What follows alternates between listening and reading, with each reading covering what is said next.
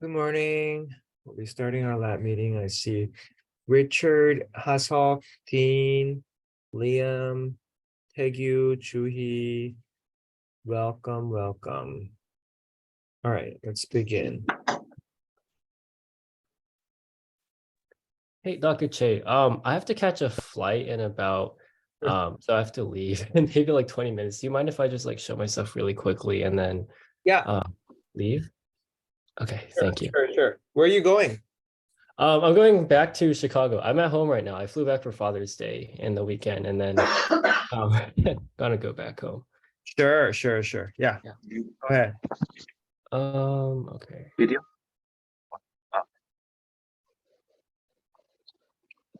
Hello?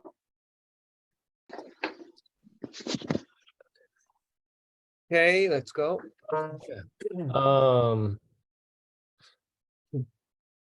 Okay. So you recommended some changes to, so this is for the Nivo-IPI study All right. for salivary gland ACC. And you recommended some changes to the discussion. So the main change is that you wanted, so it's like right here. Basically, you wanted me to talk about how ipilimumab can extend responses to nivolumab therapy because nivolumab monotherapy had similar response rates Uh-huh. to the combined nivo-ipi, but you said that maybe there were like longer responses with the ipi. Uh-huh. So I try to look at PFS and like the response duration Mm-hmm. or the monotherapy trials. And the PFS was lower. I wrote that here. Uh-huh. PFS was lower. So why is there two PFS? Two different studies.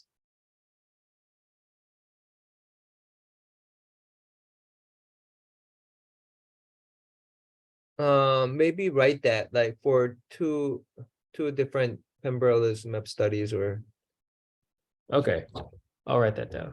yeah.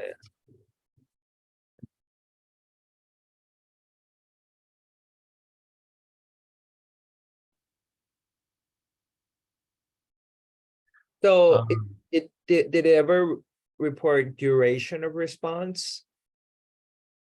Duration for these. So not for these articles. Some of them did it. A lot of them are abstracts. For these, like in the next paragraph for the non-ACC, they did report responses, but for the ACC only, those studies did not. Okay.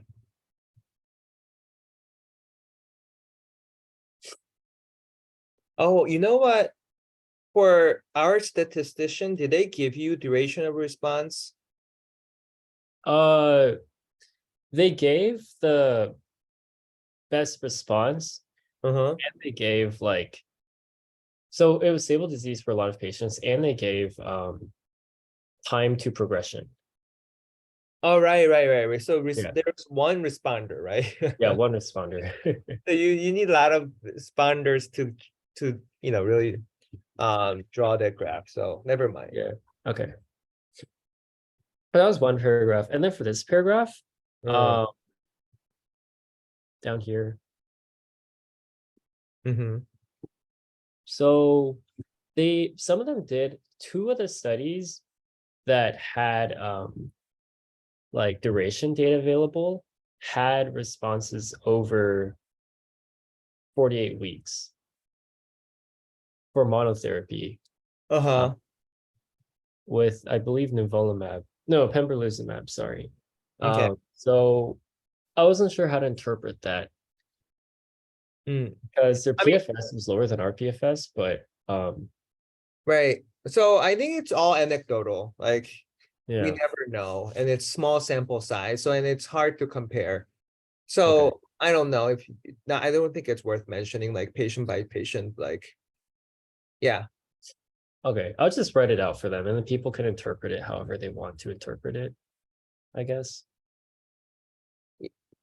Yeah, I mean, you don't have to write it out.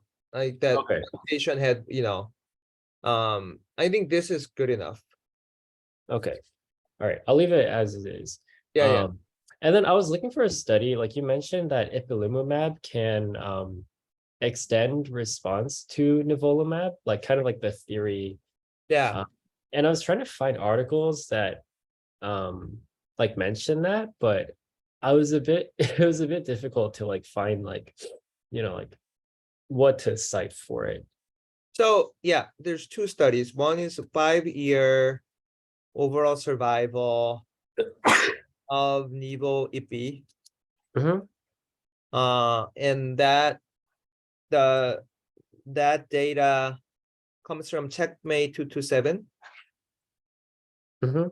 That's non-small cell lung cancer data. Okay. And that, compared to Nivo alone,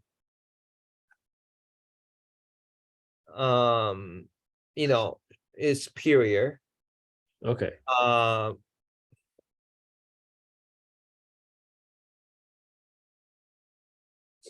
So whether it's abstract or paper, I mean, there's that lung cancer data, and there's melanoma data Okay. that, if you compare Nivo versus Nivo Ipi, there is a survival difference still Okay. as you go further out. So yeah, look, you can cite those. Okay. Sounds good. Uh-huh. I'll look at those. And then just one more thing. So so I got a response back from the stats team pretty Uh-huh. quickly. So these are the waterfall plots that they gave. They're new.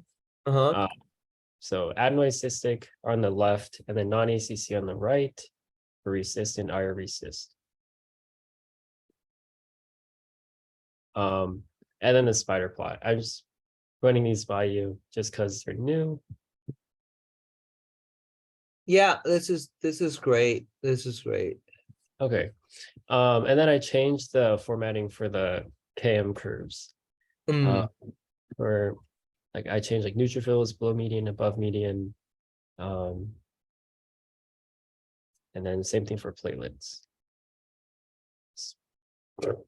Just running it by you.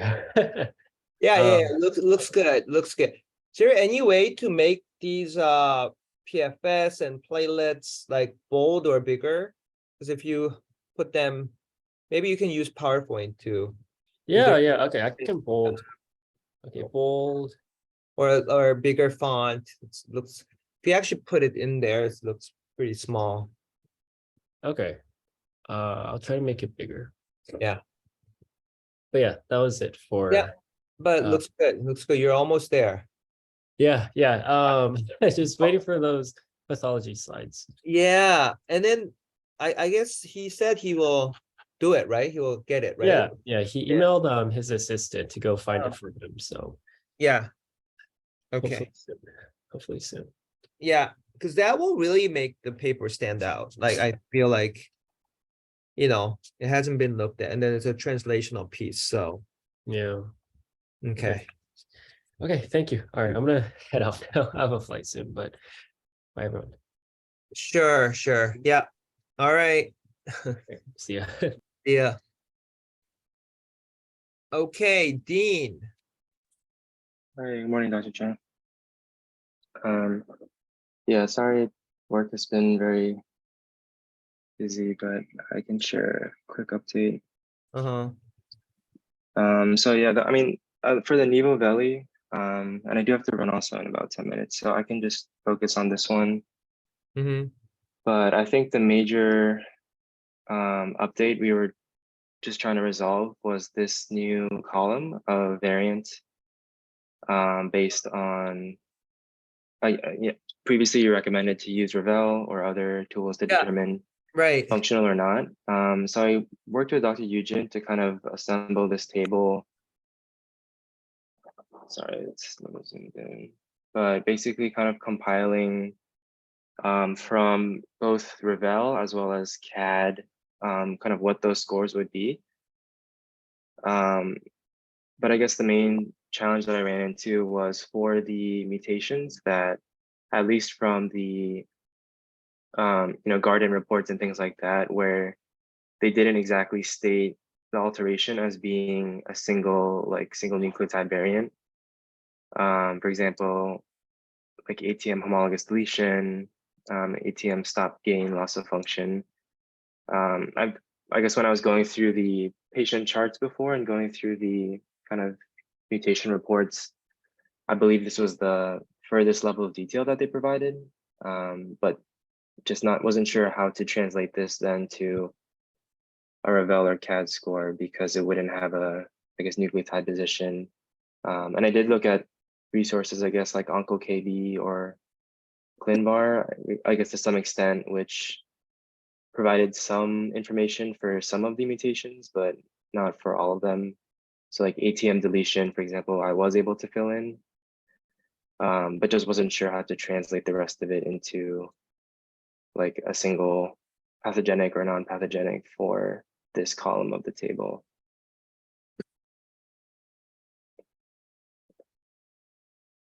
So can you go back? So stop gain of lot. So number 8, stop Yeah. gain of lot. So there has to be a variant. It's Okay. so I don't know how this was recorded like this. If you actually go and find the original report, you should be able to find the alterations, just like Y978. Yeah. So that's what you need. Mm. And then the function is stop gain of stop codon or gain. I don't know what that means. Stop gain loss of function. I mean, stop gain. Okay. Yeah, it has been, I guess, a little while since I went through the charts. Yeah, I mean, I do recall that it like I guess, yeah, I can go back and double check the charts, I guess, one more time, but I think Wait, I so, do recall that. look at number 15, Yeah, right? So ATM, you need these like double, yeah, you have it, like, you know what I mean? yeah. So you need to put that in there. Okay. And then the function is, either gain of function or loss of function. Yeah. I'm not sure what stop gain loss of function means. Okay. Yeah, I can double check one more time. I think, yeah, I guess my reasoning was before that, like I guess I would have written it down if it was something that I saw in the reports, but I do think that there were a few that I wasn't able to find anything, but I can check one more time. Yeah, to fill that I in. guess the stop gain means what one base of a codon change leading to a premature stop codon. Right. So stop codon is gained, leading to loss of function. Right. So I guess you can still use it, but I guess a stop dash gain is Okay. official language, stop dash gain. But you need to put the actual variant there. It Okay. should be reported. Okay. Same thing with homologous deletion, where the deletion happened, things like Yeah. that. Yeah. Yeah. And then there were a couple other, I guess, questions that I had, because the original, I guess, list of mutations, excluding the variant itself, but the original list of mutations was something that Dr. Elena had provided from the very beginning. But when I was going back to the charts, just wanted to verify that these were all like actual mutations, because I would need the variant as well.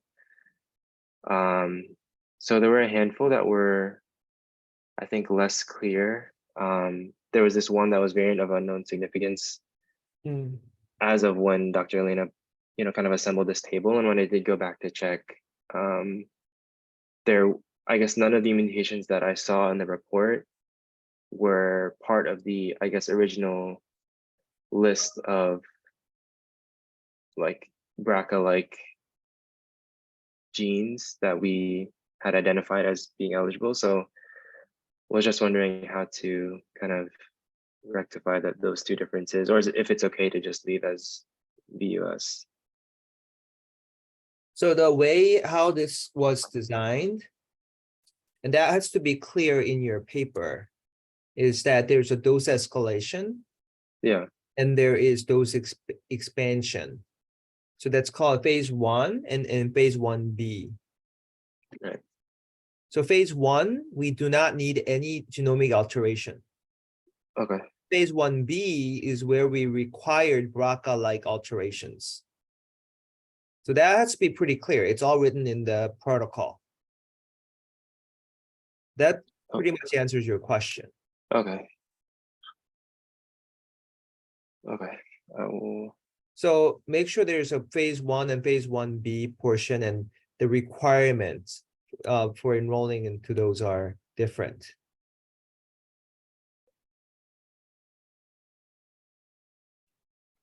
So yeah, you have the original PDF file of the protocol, so it's all written there. So Okay. That. Okay, that makes sense. Yeah. So I mean, I think the next step, I just need to. oh, and then you need like a functionality, and you can put asterisks on the functionality, and then as defined by, you can choose, you don't have to choose many, you can choose Rebel, whatever program it, you know, Yeah. best, and Okay. say, you know, loss of function, gain of function, or VUS. VUS is, you know, unknown significant. We don't know if it's functional or not. So that will be the separate column, not like in parentheses. Yeah. So I guess separate columns for the mutation, like the gene mutated, the variant. Yeah, so mutation and then functionality, it would be the stop gain, loss of function, Right. gain of function, VUS, things like that. Okay.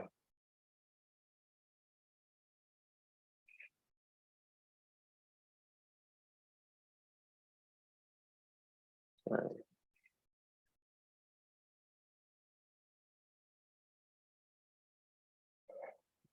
Okay. Okay. Yeah. So I'll find time to go and check the charts for those and then fill it in, because there's just a handful that I don't have. And I then don't all have. these CAD, Rebel, UncoKB, ClinVar, you can still make table like this and put them in the supplemental figure so that Okay. they know what you actually did to show the raw files. Right.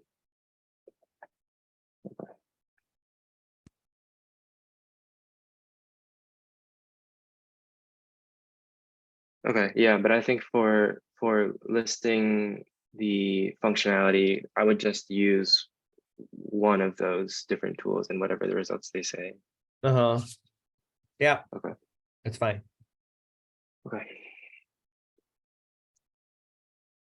So for Rebel, don't put the numbers. You can put the numbers Yeah. for the Just put the functionality. yeah, in the, you can put numbers in because it's a raw file in the supplemental table, but not for the actual table. Okay. Okay.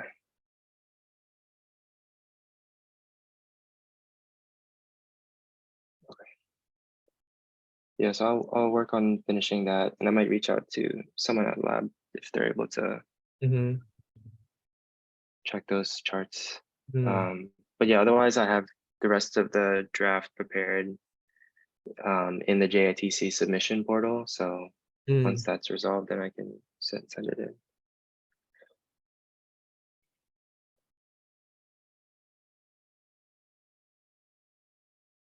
Okay. So that's the nivolumab. Where's the nivo metformin?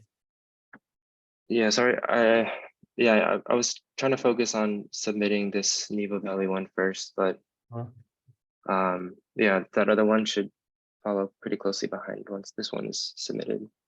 Okay. So do you need help or what? Yeah, I've been in touch with Richard. Yeah, I mean, this Nevo Valley one I think should be quick to submit, and I might ask him to check if he's able to be in lab. But yeah, the metformin paper, I think I just need to fill in some of the other comments from previous lab meetings. But yeah, I'll be in touch with Richard to help move that forward. Yeah. So yeah, I think it's been a while for both papers. So let's really get it out and be, publish it. So the goal is have both papers out in let's give it a timeline. Let's get it out in next 3 weeks, okay? Okay. Both papers out in 3 weeks. So work with Richard. You need help from Liam, or you need help with anything, Liam can get you connected to different students too. Right. But yeah, set a firm deadline and let's get it out. And if you need my input, don't wait one week, okay? So talk to Liam, he can get my input real time in the lab. Yeah. You, okay? So yeah, because these are, still valuable clinical trial results and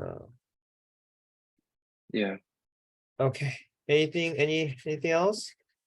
No, that's all I have for now, and I do have to run to work. But yeah, thank you for your input, Dr. James. Yeah, I will No problem. really focus on this the next few weeks. Great, thank you. Thank you. All right, we'll go to Dr. Jian.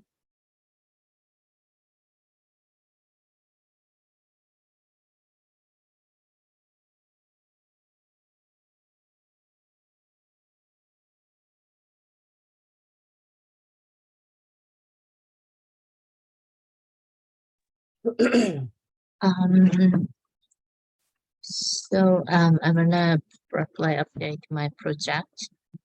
First one, the original article, now it's under review.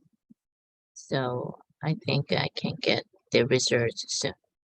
And the next original article, I already submitted a revision, and now handling editor is making a final decision. I'm waiting. Okay, and third one, a review article. As you know, it is accepted, and now its publication process is ongoing. And really, this publisher really want to make it faster. So, I think I can get the final article before my leaving. And there was a 2-track. One was the open access. It was very expensive, around $2,000. But there was a conventional track, so we can choose that. Yeah. I think it was a free. Okay, yeah, conventional, yeah, they use the subscription fee model, so. Yeah, that's right. But the article belongs to that journal. Yeah. So, okay, my fourth project is radio mix. I collected 209, and we're still waiting the second round image files to get. And there was different working process. So Liam still keep writing email to Edwin, but I don't think we can get soon, right, Liam? No. Yeah, so it's gonna be a while. So in that meantime, the new system for downloading DICOM files started. So Edwin was trying to see if he can finish downloading for this project himself, but then apparently Central declined his request, and then everything has to go through like the Central portal now. So we'll have to submit the request again, and it's gonna take some time. But at least we have the 140 patients that we can work with currently, and then we'll work to receive the rest of the DICOM files and analyze them once we receive them. Yes. So with the 144 patients, at least I can make an abstract, but for the article, I have to get the 209 patients, all that image files. Hmm. So anyway, regarding abstracts, we sent all the segmentation files as well as clinical data to Professor Yuri, and we're waiting the research Mhm. that Professor Yuri will analyze it. Mhm. And for that, I made a brief table. So there was 101 durable responder and 43 of non-responder. And regarding clinical factors, still platelet was significant. And the type of treatment was significant between two groups. It was pretty similar as before. Wait, go up. So what does it say? Platelet is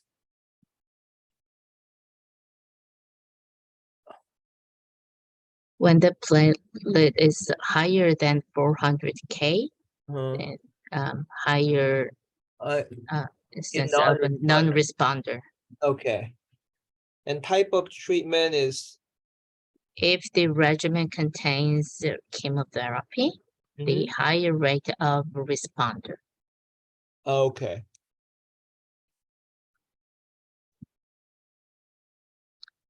And this is clinical outcome. I'm still working on pneumonitis. I try to understand what this means, but at least there was a statistical significance between two groups. Also, But non-responders had higher number. yeah, regarding pneumonitis. Very interesting. How can I understand this one? Because I couldn't make theory from this research.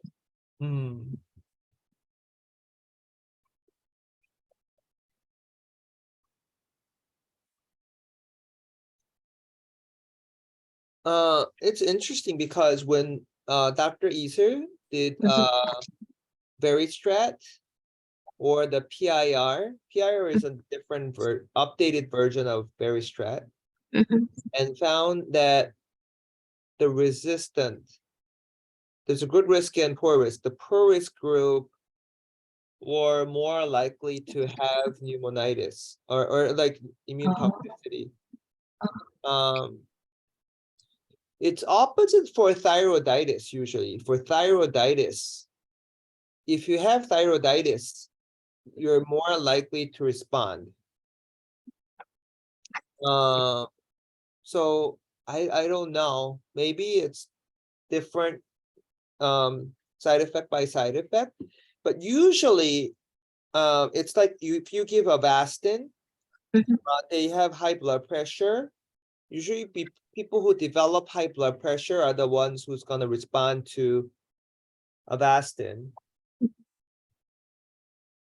If there's an on-target side effect, then it's usually related to response. Rash and EGFR TKI is another example. But pneumonitis, I don't know if this is random or this has something to do with, resistant group showing more pneumonitis. And maybe Dr. Jian, you can read about response and pneumonitis, that relationship, and maybe still controversial. Yeah. What about grade? Is there also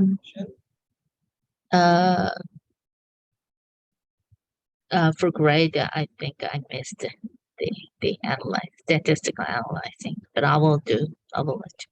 Okay. But it seems to be what non-responder had more grade 2.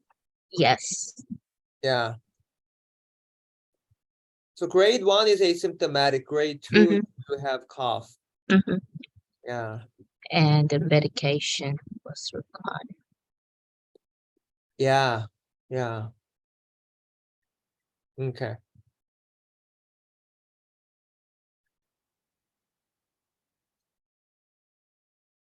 Oh yeah, the time to pneumonitis. What? Yeah, I'm working Oh, on that. you're working on it. Okay. Yeah. Do you want to make it with a median or mean?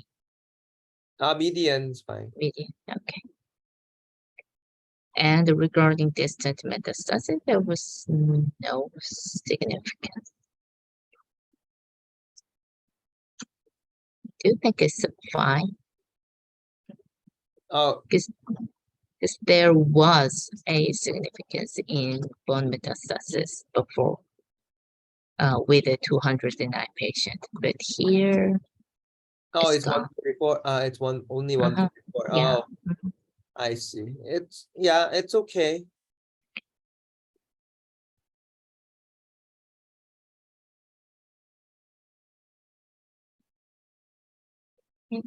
Then it's our overall survival and progression free survival. Duration of duration of treatment, progression-free survival, overall survival. Yep, very different. But I guess a death you're gonna put p-value there, right? So Oh, yeah. I'm yeah, sorry. yeah. Mhm. Okay. Oh, this is the one. I'm sorry. Oh, that's the p-value. Okay. Okay. Oh, do you want to collect thyroiditis? So then, if there was an opposite result between thyroiditis and hemorrhagitis. Oh, I guess radiomics cannot predict thyroiditis, so No, there yeah, was. so I think it's fine. Just Okay. pneumonitis. Next one is liquid biopsy. It is in now under review. Waiting. What journal you said? Helion. Alien, okay. At least we didn't get the immediate reject. Right.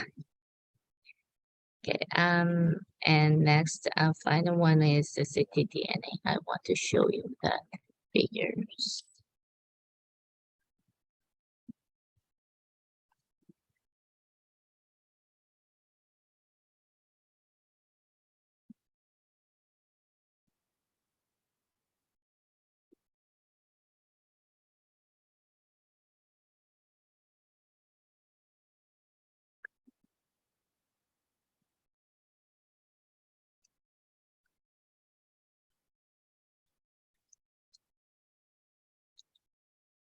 So the total number of patients was 34, and there was 7 patients who showed positive at diagnosis. And during neoadjuvant, there was 2, and after neoadjuvant, there were 2. And this was a raw file, and this was that I showed before.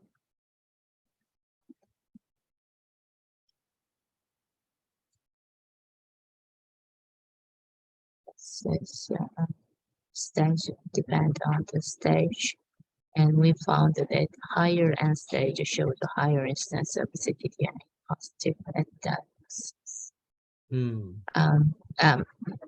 I didn't do statistical analysis yet, but I will find it. And next one is luminal B type versus pure HER2 positive type. Seems pretty similar, but there was a little bit higher ctDNA positive at luminal B type. So left one is luminal B type and right one is HER2 positive. Green one is HER2 positive. Yellow one is Yellow is luminal. luminal B. Luminal B is her Hormone receptor positive and HER2 positive. positive. Sometimes it could be triple positive. So that's okay. Left side is Pink one is ctDNA positive and blue one is ctDNA negative. Okay, So these are the same, but I made a different factor. yeah, I think you have to put p-value there. Yes.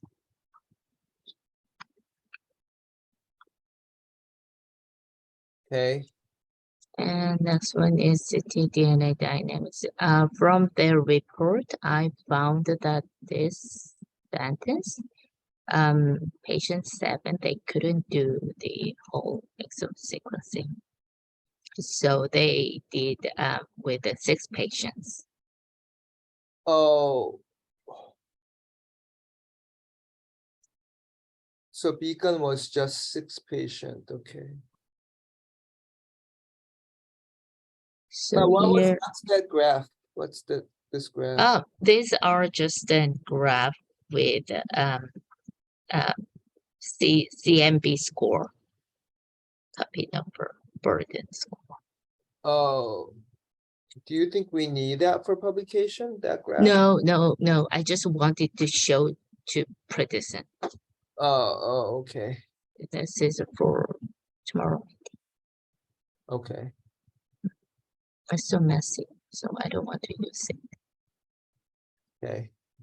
And this paper was published, and in this paper they use the cutoff value 5.6 for CMB score. And even if the cohort was metastatic breast cancer, the detection rate was 62, more than 60%. But for our study, it was only 20%. So I think we have to ask them, is there any way to make it higher? 7 out of 34. A diagnosis. That's our sensitivity. It's too low to make an article. Genomic complexity predicts resist. Have you read this? What, like an abstract of this paper? What do they mean by complexity? They just described so many genes according to the ctDNA. But I saw several figures. I didn't read it thoroughly. I just found the cutoff volume from this paper, but I will read, and I want to get some information from this article. So they have 5.6 cutoff. So anything above 5.6, they said ctDNA positive, and then drew this. Okay. And there were 32 cases that showed positive, so the sensitivity is more than 60%.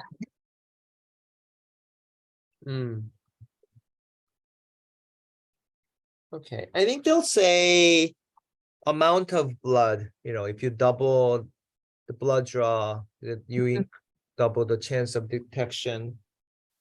So maybe they had larger blood volume. Something. Okay. Yeah, maybe. So Andrew Davis is the same author. Yes, I told you. Yeah, he's doing breast now, so yeah, good. It's good to see your student do well, right? He was, when I first met Andrew, he was an intern. Oh, okay. And he came to my lab. I want to do research with you. And then he did 3 years of, internal medicine. And then he decided to stay in Northwestern for fellowship. He got interviewed from Memorial Sloan Kettering, MD Anderson. He didn't go. He said, I want to do research with Dr. Che. And he stayed in Northwestern and finished his fellowship and got a faculty job at WashU at St. Louis and got a breast cancer position. Yeah, so good to see him do well. Okay. And next we will ask them if is this 5.6 is the absolute value or not. Right. There will be some difference between 5.5 versus 5.7. So we can ask tomorrow. Yeah. Yeah. And third question, if we can assume that the negative has a 0. If we replace 0, if less than, yeah, replace Yeah. 0, Mhm. then this is what the curve will look like, right?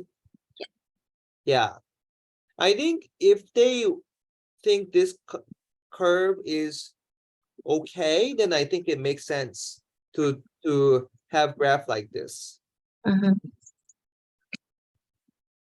Yeah, because like Beacon was only done for 6 patients, Mhm. and this is all patients, right? Yes. So Yes. I think I'm in favor of drawing graph like this. But let's see what they say. Mhm. Mhm. Okay. And this was the graph that you asked. I made a blank that we don't have the result. Um,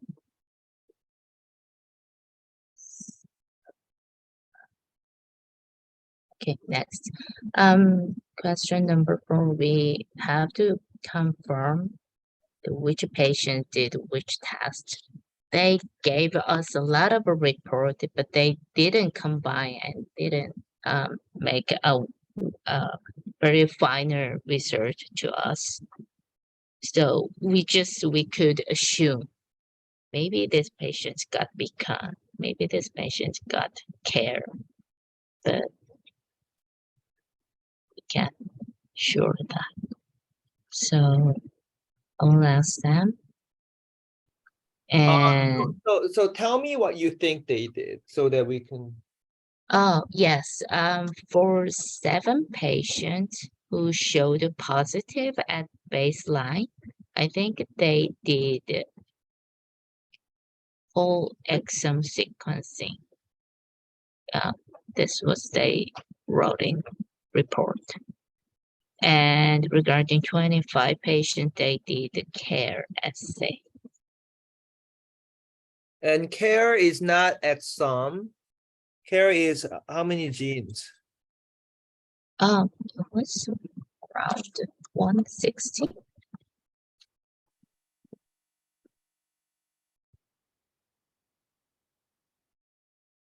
160 genes? Let me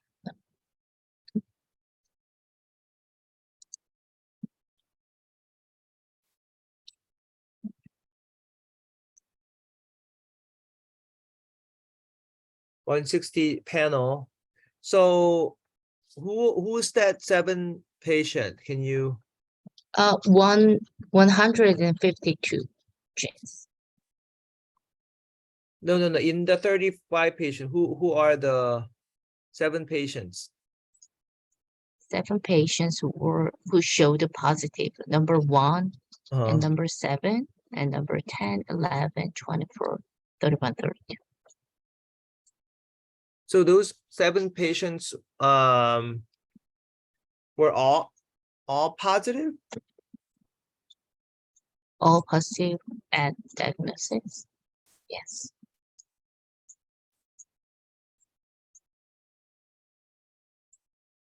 Oh, I guess like so low pass whole genome, and you do the 5.6 cutoff. Mm-hmm. People who pass that bar does whole exome, right? Mhm. And do beacon, but the beacon was 6 out of 1 patient was, Yes. Yes. yeah. For the rest of them, it was negative, so they did Care assay. care. Care Yeah. is watching 152 cancer genes.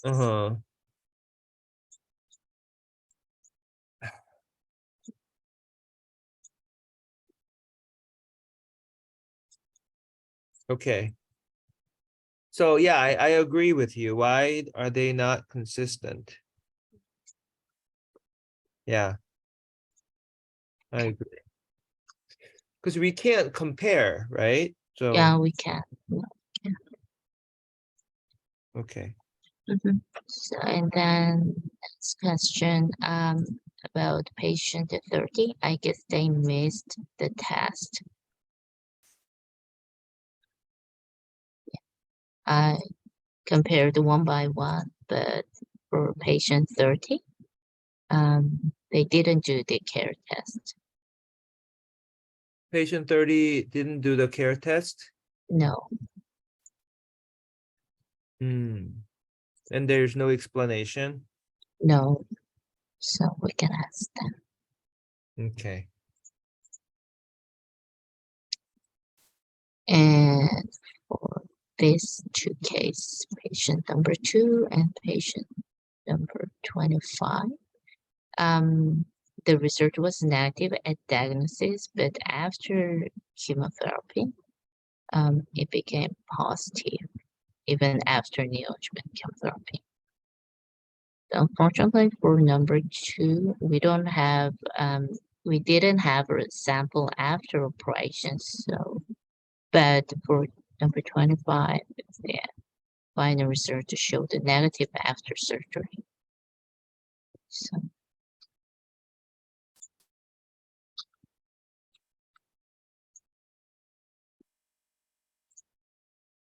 Yeah, so they ran it and it was, do you think it's they just don't have any result, or the blank is no result at all, right? no sample. No sample. Hmm. Oh, no sample. You didn't collect sample. You didn't send them. No, sample. no. Okay. I see, I see.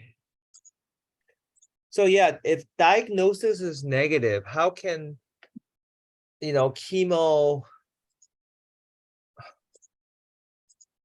There were both cases like this. So I guess for the discussion, I mean, we can hear what they say, but I think, you know how chemo first releases ctDNA. So that phenomenon has been described with chemo, with TKI. First, there's lysis. Mhm. So with lysis, there's more shedding. But then it usually is first 2-3 weeks, and it comes down, that initial flare. But what's interesting, even after this is chemo, after chemo is done, Yes. It's been 6 months from initial chemo. so usually neoadjuvant is 6 months. Yes. That's an awful long time.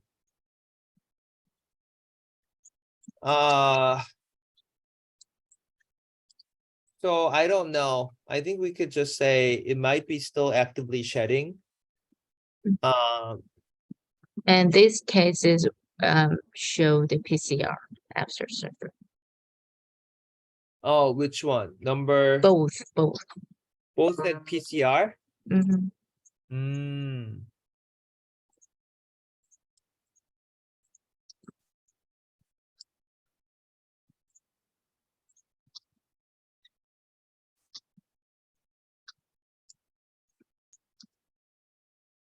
I think one might argue that at diagnosis, ctDNA, predicts better, because during neoadjuvant ctDNA, or even right after neoadjuvant, you could still have more shedding from chemo. Maybe that's something we're learning. Maybe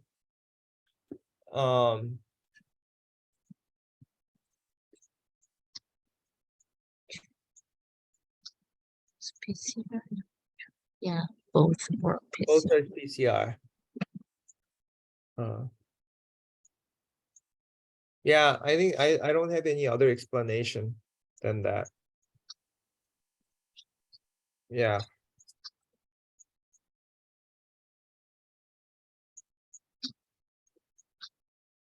Since become cert,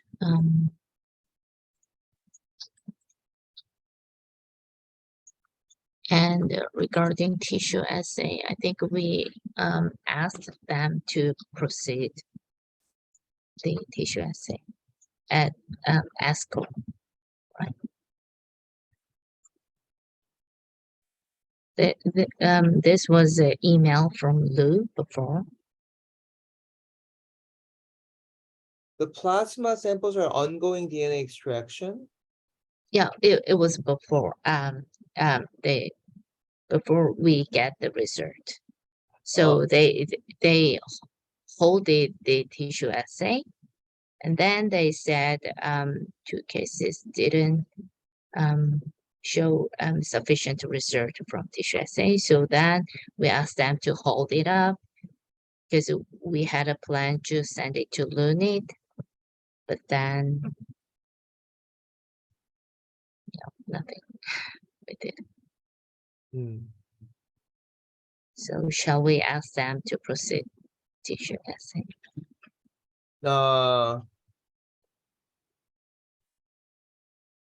Yeah, I think so.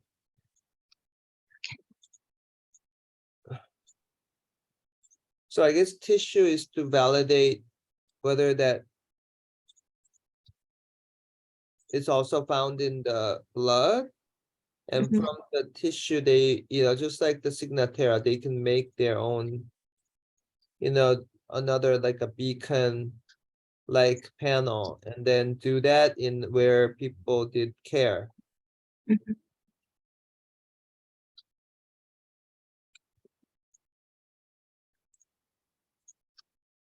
So let's ask for tissue.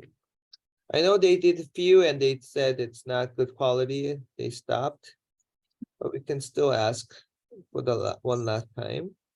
Yes. And was there any communication about methylation? No. Not yet. Oh, we have Oh, to ask them. yeah, Yes. one slide you said, the Mhm. sensitivity is too low. Mhm. Can we add methylation? Oh, yeah. Increase sensitivity. Mhm. So that's that. Oh, and then with the people with care, care Mhm. was only done at baseline, right? Yes. So can you show me the care tumor fraction or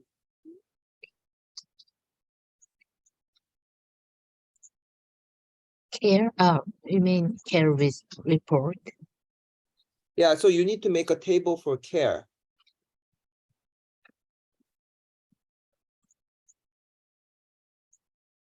So remember, but Shidong told us patient, and then you have a low pass whole genome sequencing level, Mhm.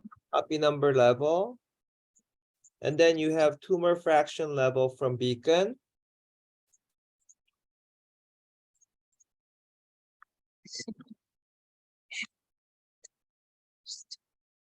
This is care. Yes, this is care report. Yeah, so let's look at the DNA fraction or the level of detection.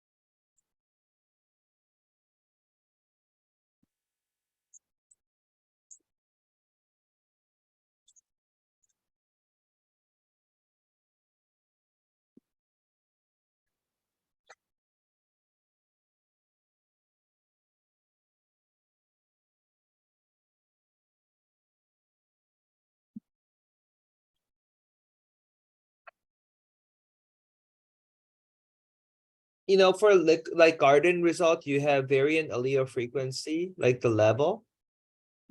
Or tumor fraction, where's that number?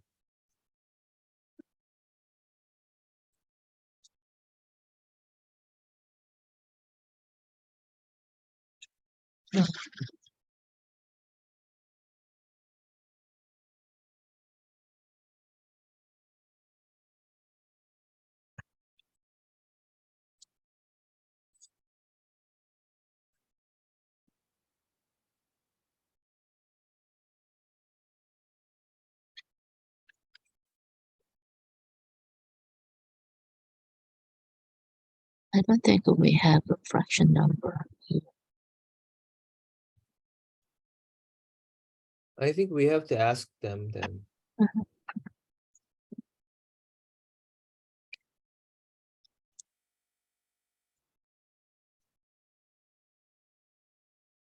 Because this is liquid biopsy, so you sequenced 152 genes, and from that we need, just like the garden, we need to know. Mhm.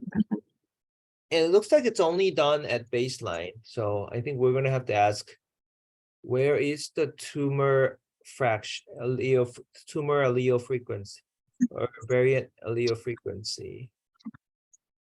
But isn't there a first table or somewhere? No? Mhm. Yeah, here. So, Is there? It's nanogram, library yield, QC, total sequence, unique target, SQC.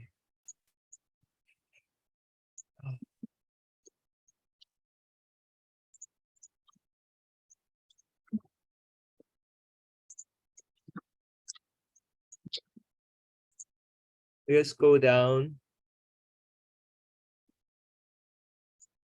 Yeah. So there's no level frequency. That's really interesting. Let's go down. What about, what's that? Is that 5%, 9%? Who's that?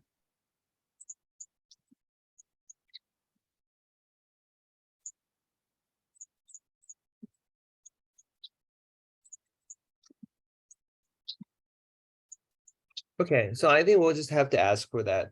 mhm. And also, because it's done at diagnosis only, can we do it on different time points? Yeah, and what's the best way? So what did, let's say, Andrews Davis's breast cancer paper, how did they do it like us? So like they do beacon for everyone, or like how did other people do it? Because I think what they did to our sample is different.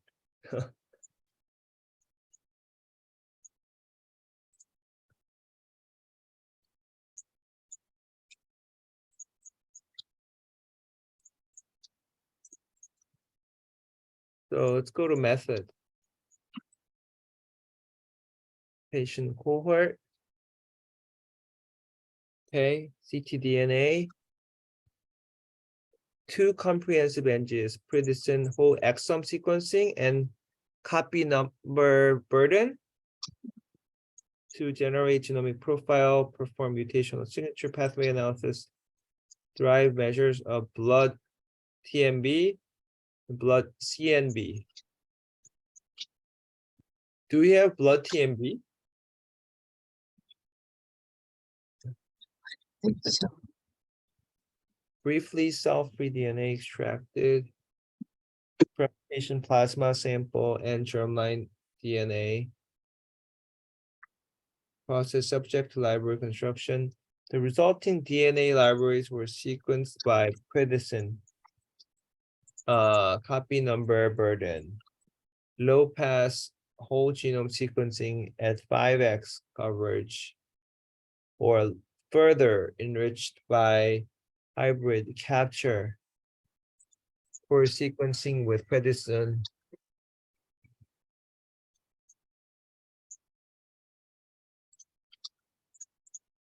a combination assay designed to sequence the entire exome. Okay. Predicine Atlas is targeted panel. This is probably Predicine Care, something like that. Atlas used to generate landscape genomic alteration, including blood TMB. Atlas is 152 Predicine Care panel, so same, a similar.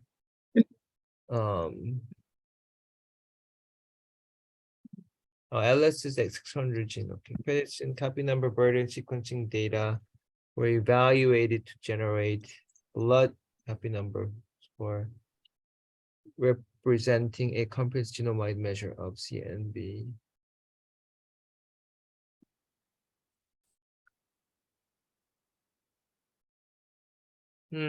Okay, I mean, it's not so clear what they did, but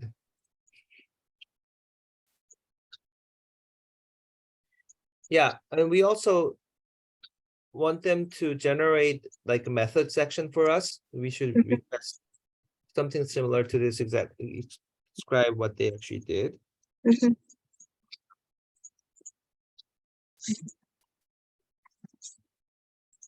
Can you show me their graph?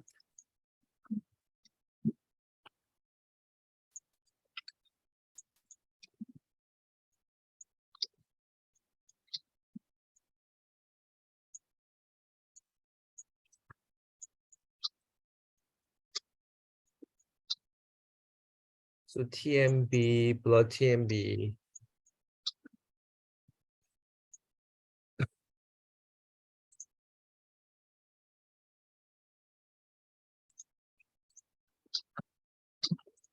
EFS, blood TMB.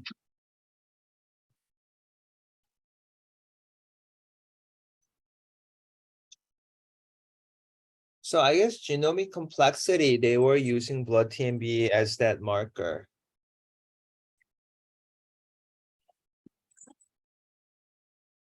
So I know CARE is 152 genes. So usually you need like 300 genes to get that number.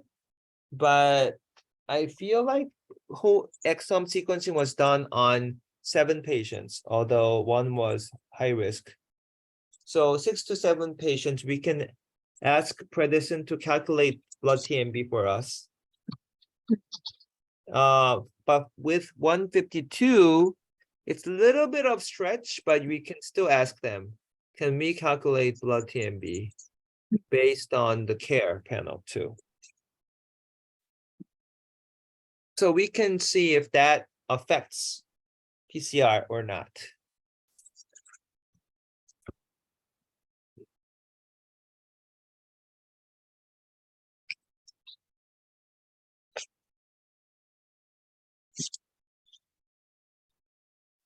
Okay.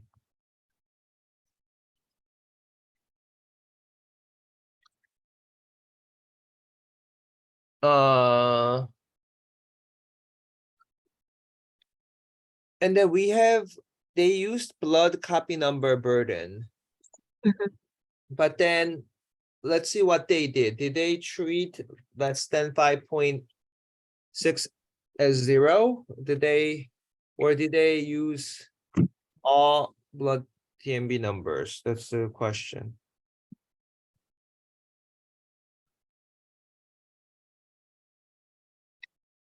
In the research section, they didn't describe regarding CMB number. Uh-huh.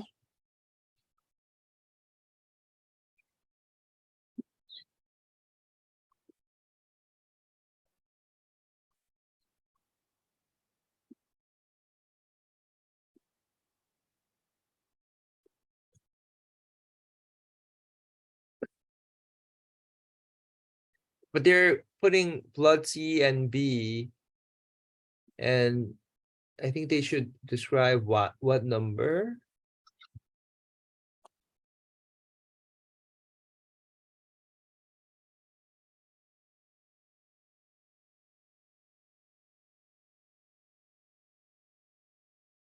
So let's go back to the method. That supplemental reference 42. So here the blood CNV score representing a comprehensive genomic-wide measure of CNV, including amplification, deletion across the entire genome, adapted from previously developed I-core CNA method. So let's see what that is, and see if Predison can give us the I-core CNA method. There's a Okay. reference 42, so we can use this, have them give us that result. 42. Scalable whole exome sequences reveals high concordance with metastatic tumors.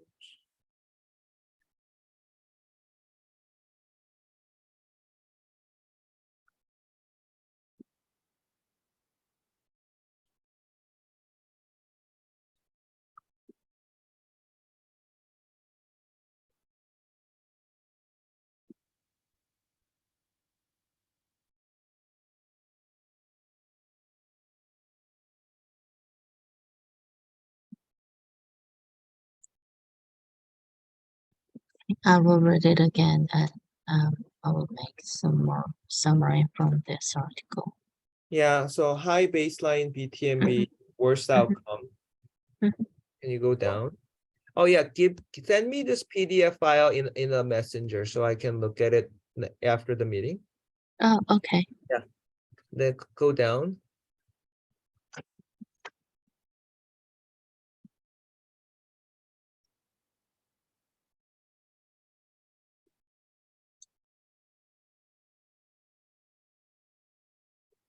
So let's see, this is what they did. So they did DNA extraction, library construction, target enrichment. This is whole exome. So they did whole exome, and then plus it's 600 genes, but we only did 152 genes per care. And with low pass whole genome sequencing, you get the blood CNV, and then with the whole exome sequencing, you get TMB here.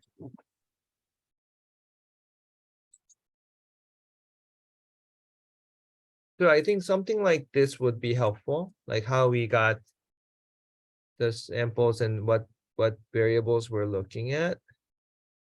And here, the copy number burden was only done all done in all these time points. Whole exome sequencing was only done at baseline at FPD. Okay. So we have whole exome sequencing and beacon for 6 patients, and then the other one was care. So I think we need to show who got what in a figure like this. And we're hoping they do more, but if they said we're not gonna do any more, then we have to show what we did, like this, in a graph like this. Okay. Go down.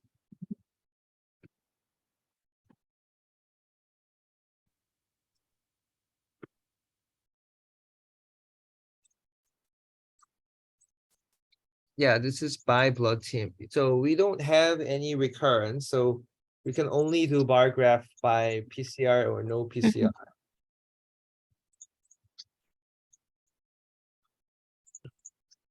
Okay. Go down.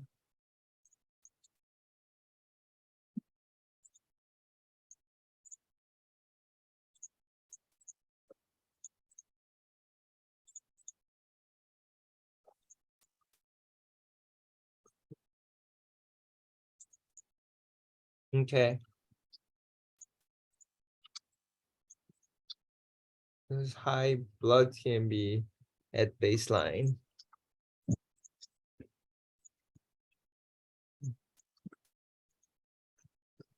Dominant Appleback mutational signature. high blood TMB. Appleback signature was higher.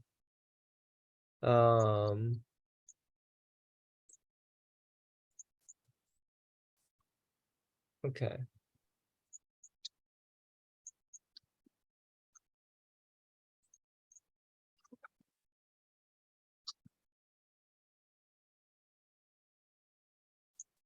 Baseline progression. Progression baseline.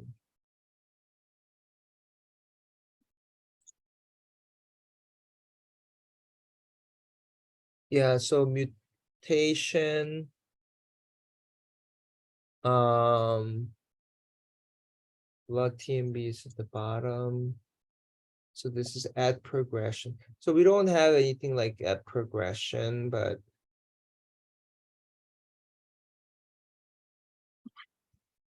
yeah, I think because care is only baseline, we can make table like this for just baseline for us.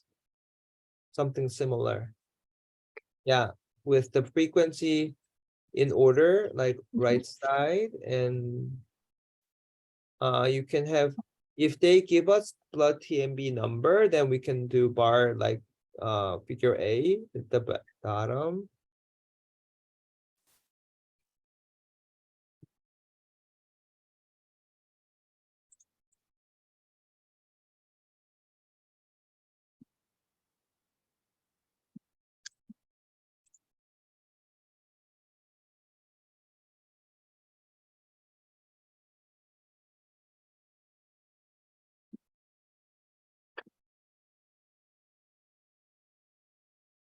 So let me ask you this question. So 7 patients were high CNP, so selected for beacon, ended up 6 patients doing beacon. So you have a graph for beacon up and down. Did you make that beacon graph? No, not yet. I didn't. So we get need it. 6 patient beacon graph. You need to make that.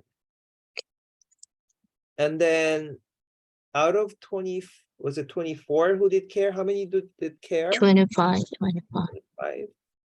25 did care.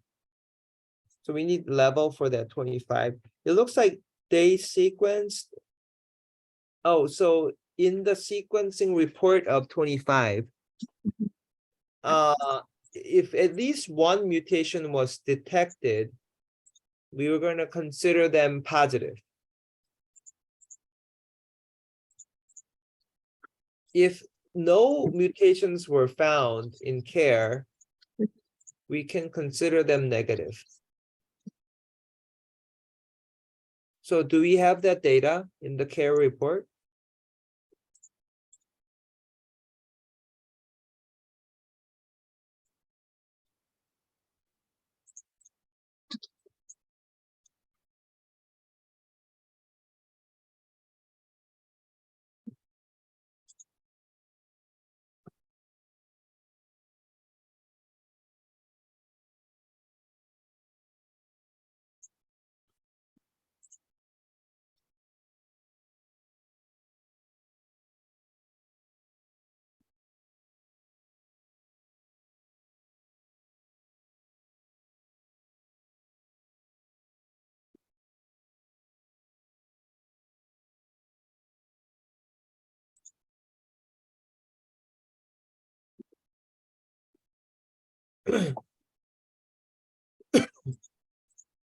So maybe this is the data where we're gonna call,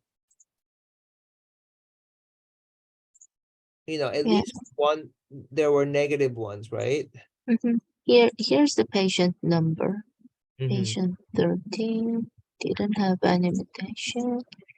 14 didn't, but patient number 15 had a PT53 mutation. Yeah, and I think the percentage on the right side, maybe that is the variant allele frequency.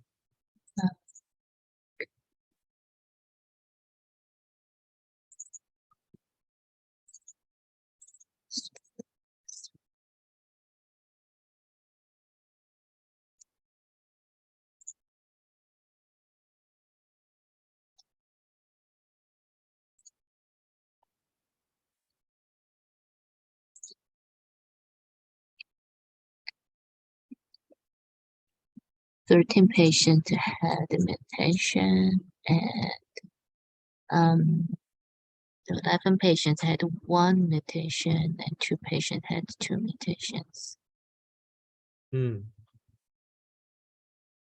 So 13 out of 25. 25, yes. So that will be our question. Can we say 13 out of 25 was positive, and then say Oh, here 13 out of 22 total samples. 22?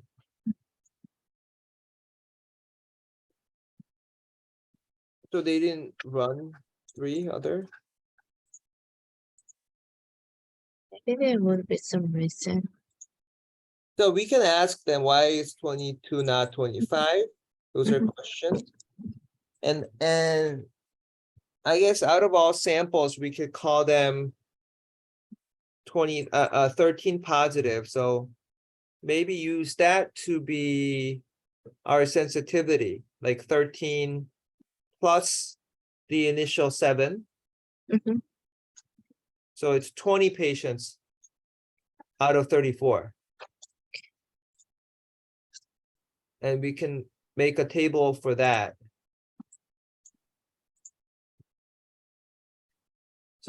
So yeah, so make table for that and ask that question. So I think the most important table you need to make, Dr. Jian, is Mhm.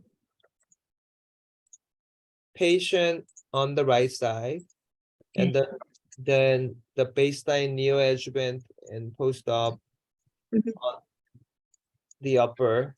Mhm.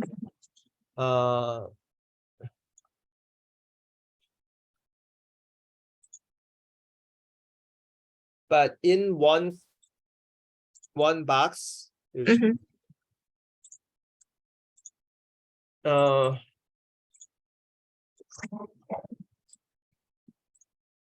you need one for low pass WGS. Mhm. So I think the best way to put it is, and then you need one for beacon. Mhm. You need one for care. Okay. So let's see.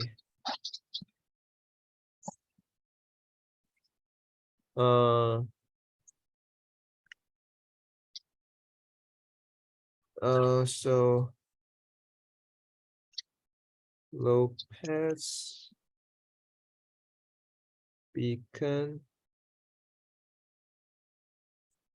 and care. So something like this, I'm gonna show you. Oh, okay. Okay. So the care is going to be only at baseline. Mm-hmm. Yeah, low pass is gonna be on all columns, box. Okay. Mhm. Beacon is going to be, available for only 6 patients. Okay. But that way we have all, and for care, you can put that percentage number. Oh, okay. Yeah, low pass, you put the copy number, Mm-hmm. but you can put only ones that are above 5.6, those numbers. All right. Beacon, you have the tumor fraction number in the beacon report. So put that in there, and that will kind of give us the overview. Okay. And the question is, how do we define sensitivity with all different tests to run? Mm-hmm. Mm-hmm. And then what kind of graph can we draw together when we did all different tests? Can we do more tests when care was only done for baseline? We need to draw a dynamic. So 13 out of 22, can we at least, the whole idea is for the 13 who are baseline positive, can we still draw a dynamic curve for those patients? Because we didn't do anything about those patients. So these are all critical questions we need to ask them. But once you make those tables, I think those questions will be more clear. Okay. And that's what she don't want it, so, Yeah. yeah. I can make it before meeting. Yeah, when is it tomorrow? Yes, tomorrow 4 p.m. Okay. All right, let's work for that. Okay. So these are all I have today. Thank you. Okay, good. Let's take a bathroom break and then we'll come back.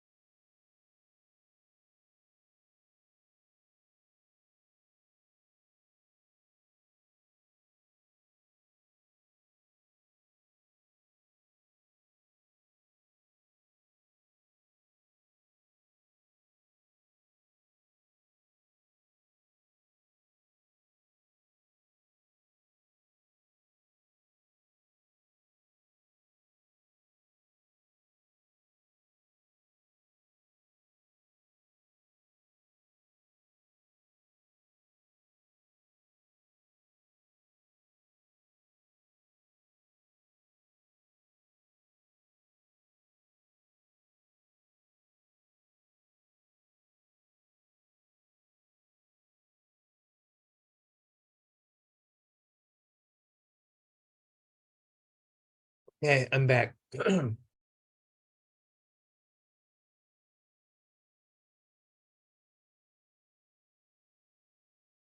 Taegyu, can you give us update on what you've been doing?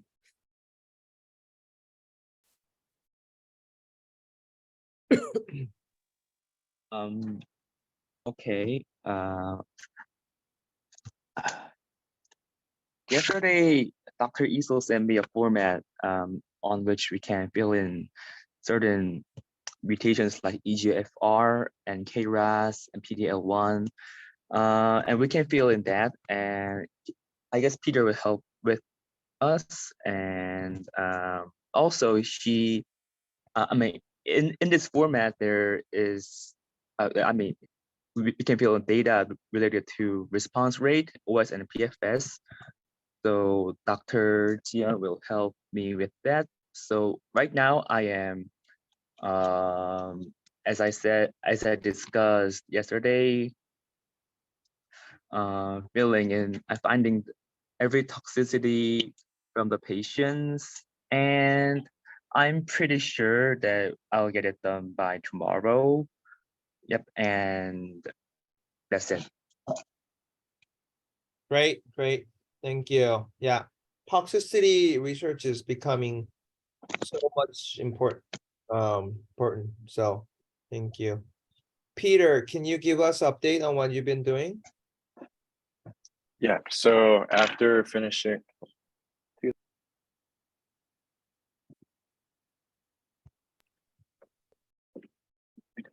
Yeah, so after segmentation ended, I think last Thursday, I started helping Dr. Liam edit the DART paper manuscript and rearranging words. And then over the weekend and last night, I was helping Sally and Dr. Yoonhee with their abstract, which they do have a rough draft for you to look at if you want to look at it now, or if you want to look at it later when Sally can come in.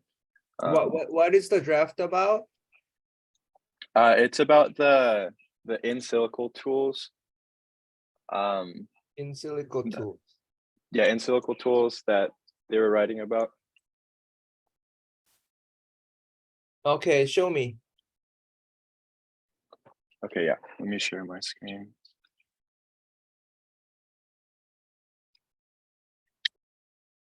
So this is the very rough draft that we were working on. So is this the final, or where are No, you? no, this isn't the final. Dr. Yoonhee and Sally have been busy with work, and so they've been able to work on it around like midnight, which is when I'm asleep. And so they just sent this over to me to get it proofread by you or looked at by you. But what do you mean it's not final? What has to be done then? Dr. Yoonhee said that this just looks kind of like extreme. I didn't know what she meant by that. And so maybe it's better if you look at it with Sally later, if that would be okay. When is Sally coming? Do you know? I don't know. I'll shoot her a call after the meeting. Oh, so she's coming in person? Yeah. At what time? I don't know that. I'm sorry. I'll shoot her a call. So, I mean, we're doing this because we're recording it and they can watch it. So let's just give you a comment. I'll go to the title. So that Unican and Sally, they can both, and Grace can listen. The evaluation of in silico tools, including ChatGPT for variant classification, immune modulating variants. So number one, ChatGPT is good, but GPT-4 is a better version, updated version, and you have to pay for it. So see if you can use GPT-4. I know Dr. Hesong has used it before, so maybe you can ask for her help. Okay. So that's number one. In immune modulating variants. So I did give Sally the title. So use the one that I gave her. This is a much shorter version. Maybe there, I don't know if there is a title word limit. If there is,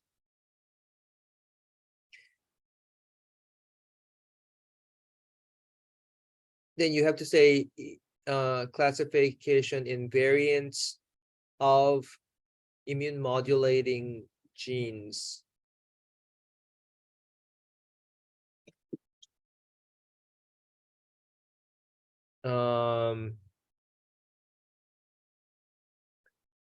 In solid tumors. So we're not looking at liquid malignancies here. So that's what I would recommend. But if you if the word count is okay, then I would use the one that I sent Sally. I made a title there. Okay. Go to background. You make it larger, the font.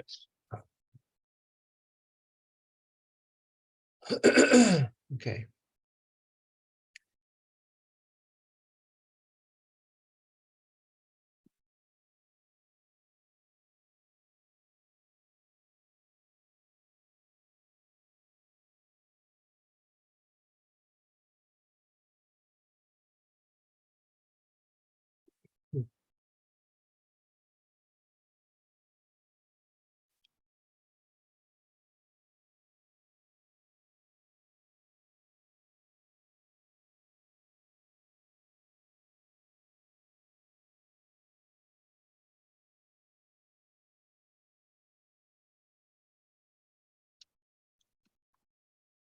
So I want to know if it's still 6 in silico tools predicting pathogenicity. So here there's no mention about GPT here. So I know some of the tools were not operating. So I did think we decided to get rid of a few that wasn't working. Mhm. And ChatGPT is not in silico tool. It's generative AI. So I would treat that separately. I wouldn't call it, because what ChatGPT, I would call it for, I prefer GPT-4, but for the sake of discussion, I'll just use ChatGPT. So do not call it in silico tools, first of Okay. all. Treat it like a separate AI model that sort of uses all literature out there to give us an answer. It's a generative AI. And then Okay. I don't know if you looked at, so I think it looks like it says 6 including ChatGPT. So I don't know if so it's 5 and ChatGPT. And then I don't know if all 5 were looked at. So just double check. So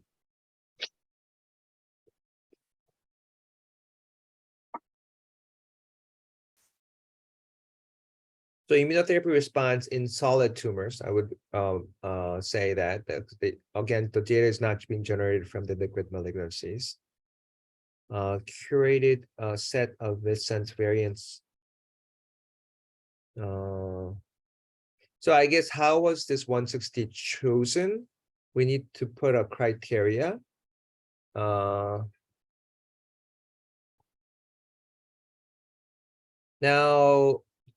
I understand there are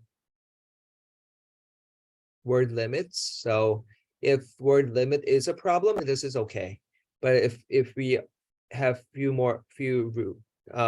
rooms to add some more, then the criteria of finding the variants should be added. Okay.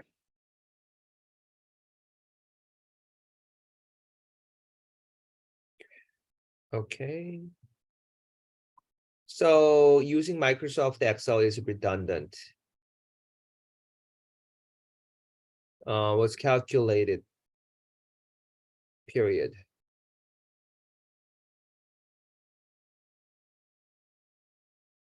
And why was it calculated? Was calculated to evaluate concordance between essays or something like that.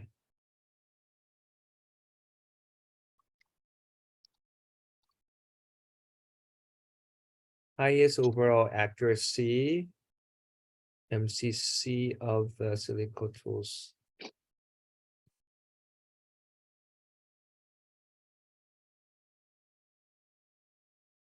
I guess accuracy and MCC. You need and there.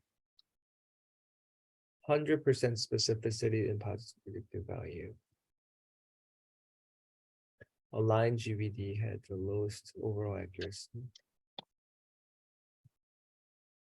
Align GVD also had the lowest, with other Silico tools ranging from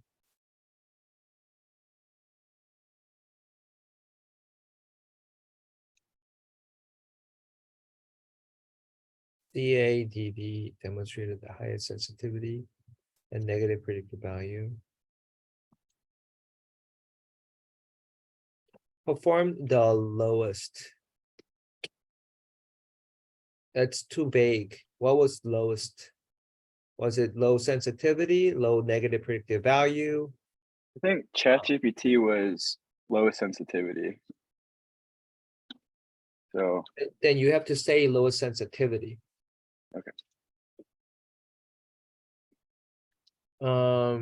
So show me the table.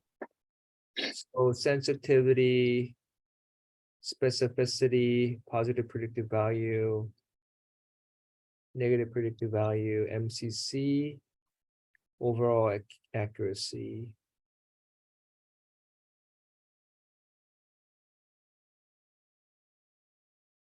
And go up. So above result demonstrate that no single tool alone is sufficient to adequately determine the pathogenicity of a mutation variant to significant immune modulating genes. And the ability to accurately identify and results to different change. High probability.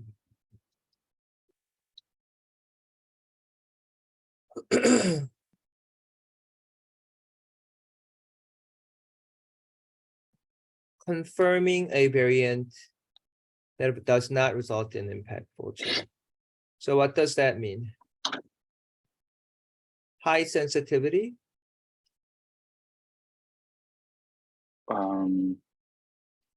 where confirming, demonstrate 32 ways. Confirming that variance does not result in impactful changes. So if Yeah, I it's guess just so if it's sorry. negative, it's negative. So it's a negative predictive value. Can you show me that number? So ChatGPT 56. Well, 100% for specificity. Specificity is rule in. If it's positive, it's positive. So go back up. So rebel utility as effective tools when it comes to confirming the variance does not result in impactful changes. So I don't understand. Does not is negative. I think they were trying to say that it wasn't disease positive and like it wasn't pathogenic.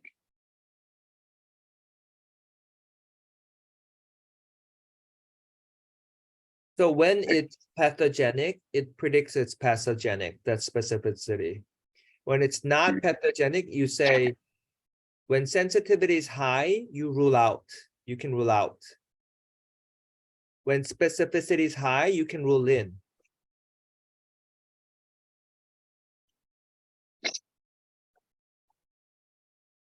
So I don't know if it's me, I'm not understanding it. CADD, on the other hand, had a capacity to accurately identify variants that resulted in significant changes. CAD. Sensitivity.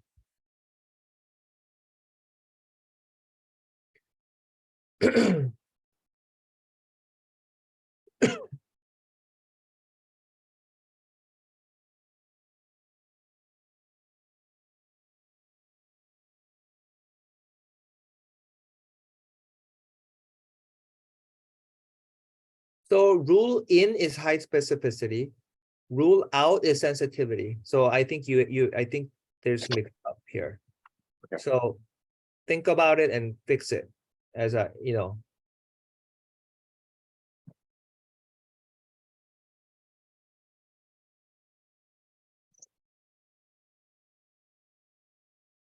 So the general comment is go back up to the introduction.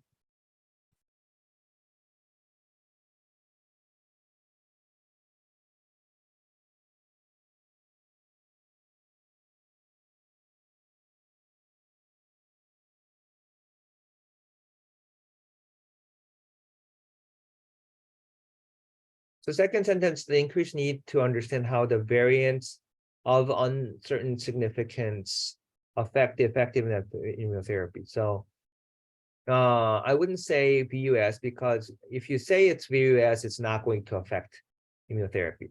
So what we don't know is whether it is VUS or not VUS, whether it's functional or not functional. But if you say how VUS affects, like by definition, it shouldn't affect. So Okay.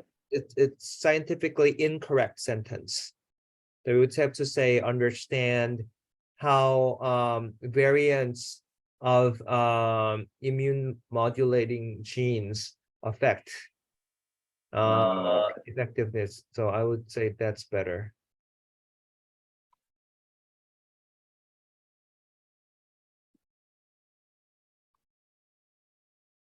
Okay, so I would have a Yoonhee or Sally presented so that could they know exactly what they did. I don't know. Were you part of this project, Peter? Yeah, I helped a little bit in getting data, and then I wrote the background. Okay. And so, yeah, I don't. But do you I'm sorry. understand the concept of sensitivity specificity? Did you learn it Yeah, in stat class? Yeah, and I refreshed with YouTube videos. But yeah, I'm sorry. I don't know what they mean by. Yeah, I'll call Sally after the meeting, and see when she can come in today. If that's okay with you. Okay. Okay, so give yeah, show me the revised version and we'll go from there. Yeah, but then otherwise, I just I'm trying to learn R-clone for the S3, like picture health, as well as I think it's applicable for image trial as well. And so we have a meeting today at 2 and potentially another one tomorrow if problems arise. This is just for logistics and troubleshooting, Dr. Chang. So it'll just be either me and Peter, or just Peter by himself.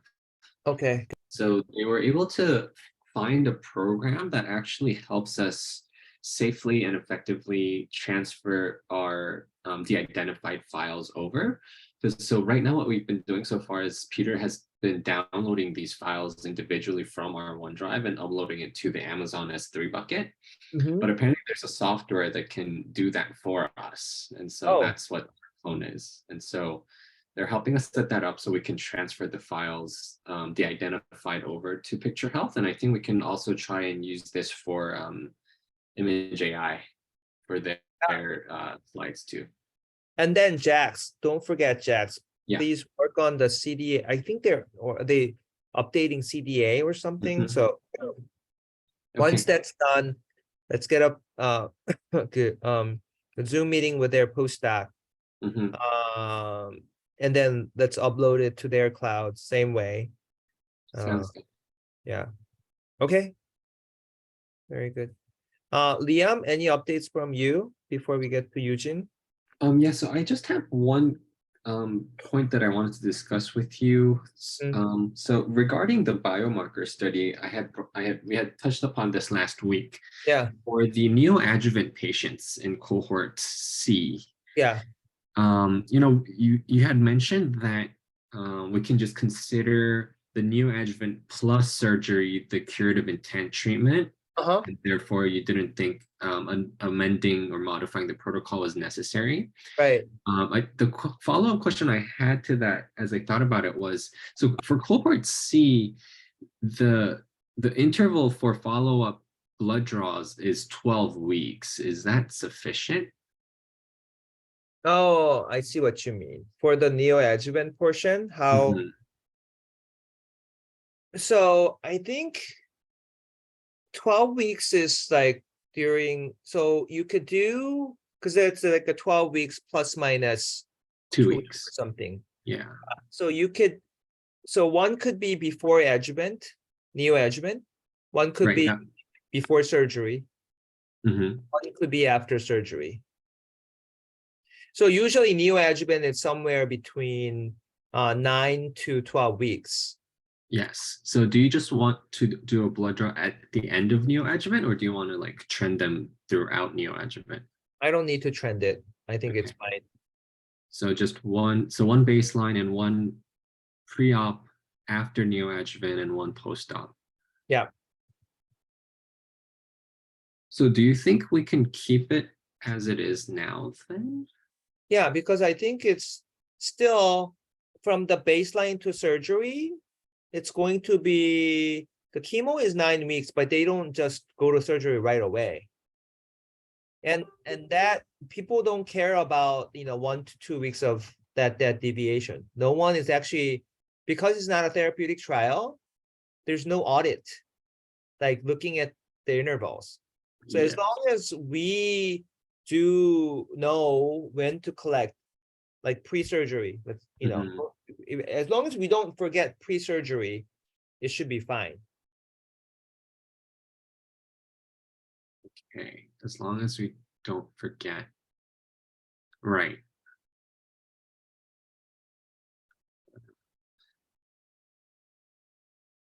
I'm just going to quickly share my screen and pull up the schema Mhm. just so we can get on the same page. So this is how the schema looks like right now.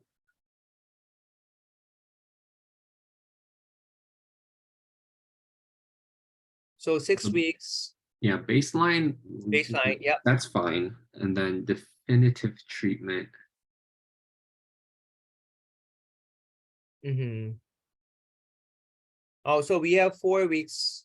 So we could do 6 weeks after the start of the neoadjuvant. Mhm. And then have one like, so this will be probably during neoadjuvant and this will be after neoadjuvant then, but before surgery. Yeah, And then surgery will happen sometime here. yeah, Okay. All right. So you're still comfortable not changing the protocol, right? yeah. I'm fine. But I mean, what happens if we change the protocol? Does it have to go through IRB again? And I Yeah, just like don't, IRB would have to approve it again. yeah. So I think that's why it's no need. As long as someone, like, it's in the lab manual, we could Mhm.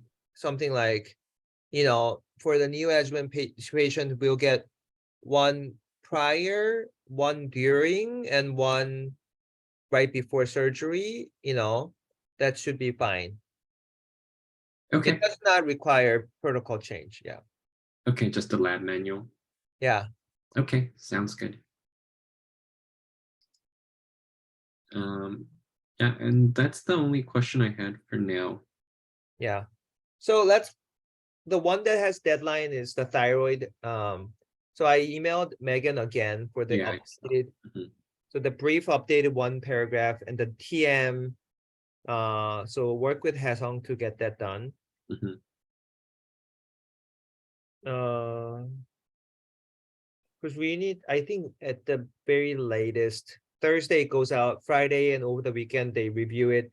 We get, input and then fix that on Monday and submit, Monday afternoon.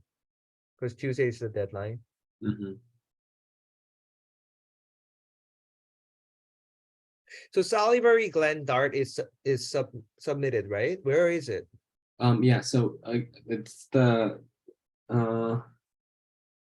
it's we needed to do a modification on some of the figures, and then I'll be resubmitting it for review. Yeah. So Peter can help with that Mhm. too. Yeah, because Megan just sent me that MSK has a really large salivary gland, I CC'd you there. So we cannot lose time. If they publish first, we cannot get into a good journal. Okay. So this is a competition. And then small bowel, did you send it out or not yet?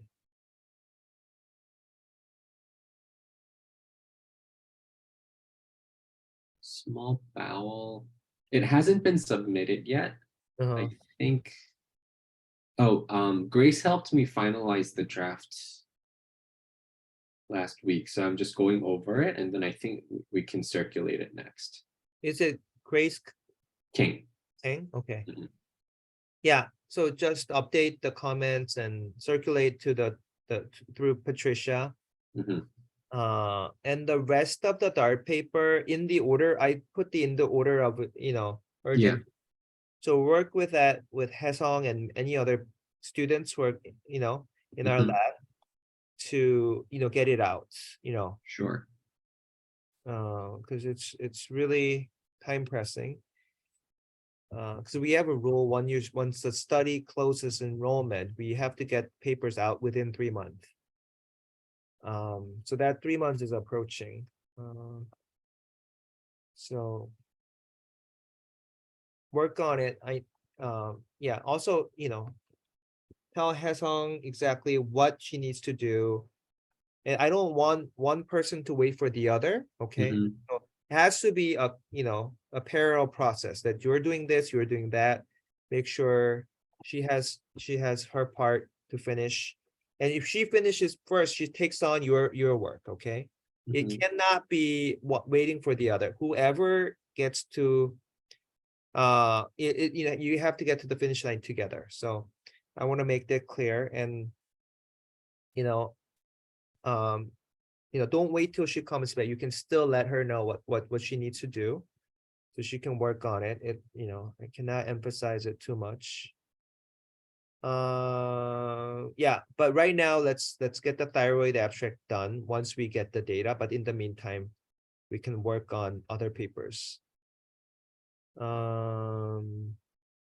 So let's get, and then so the priority is salivary paper, fix it and submit it. Mhm. Once we get the data from thyroid, then we need to write it and then circulate through Patricia. But I will revise it real time with you. Okay. That's my priority. Okay, and for Dr. Chian, it's going to be Dr. Chian and Tegu, it's going to be the immunotherapy result first, and then the survival outcome next. And plan A is if they give us a raw data, then we'll do the heat map and all that as we've done in Interven project. If not, we're just gonna do very straight good risk and poor risk and go from there. Now, whatever it is, I think it's going to be really good data. Since we have a lot more patients this time. So yeah. Okay. So any other questions? No? So we have what meeting today? Interven is 12:30. Yes, we have Interven, and then you have Janet Miller from Merck. So for Interban, I think because it's a toxicity call, Mhm. Taegu and Dr. Jian can come in. Cause you get, it's about toxicity, Mhm. with Liam, and then it's 1:30 and 2, and Regeneron meeting is 2:30. Is this? Yes. Okay. This one, I think, Liam, you can come in, and Mhm. then what is 3 o'clock? Are we having book club or Yes, book club. book club at 3? And then I have 4:15 call. Okay. All right, very good. Yeah, let's go to Eugene. Updates. Sure. I'll share my screen.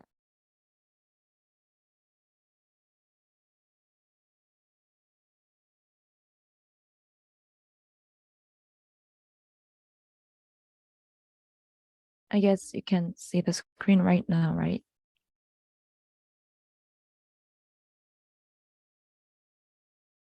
Yes.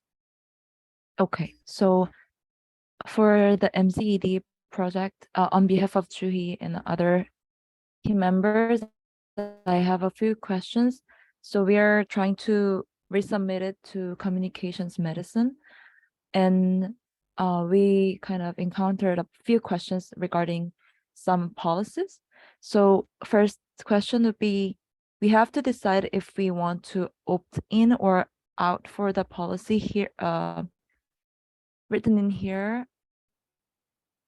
Due to our policy on transparent peer review, you must clearly state in your cover letter whether you wish to opt in or opt out of the publication of the reviewer reports when submitting the final version of your manuscript for publication. What does that mean?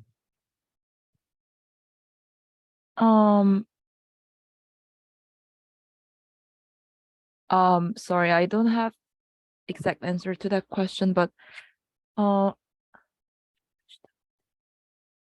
think they ask us to choose whether whether we want to report the reviewer's comments with the manuscript itself for publication.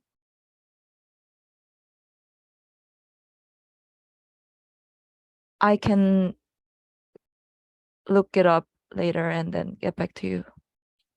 I can look up some example articles published in here to get more clarification. Okay. Okay. And then next question is, so here they say, review articles should typically have no more than 3 authors. Yeah, we encountered this sentence and we were kind of puzzled. Does this do these 3 authors mean like first, or so I think we have to clarify this, right? Do you So, have any input? Yeah. so most review articles are written by one person, Oh, and most review articles do not have more than 3 authors. okay. Okay. Okay. But yeah. We have people help on different projects. Okay. We have people who come to our lab and leave and not pursue. So let's say if I give like, oh, write this review article and one person writes it, we won't, we will have one author, right? Right. But because, oh, I'm so, I need help and like, that's why we end up having so many authors for review article, which is not the norm, which is Okay, understood. very rare circumstance. Understood. Yeah. So understanding that, we have no say. We just proceed. Okay. Yeah. So that's it for MCD. We're kind of trying to meet their criteria in terms of making manuscript again, and we will submit it ASAP.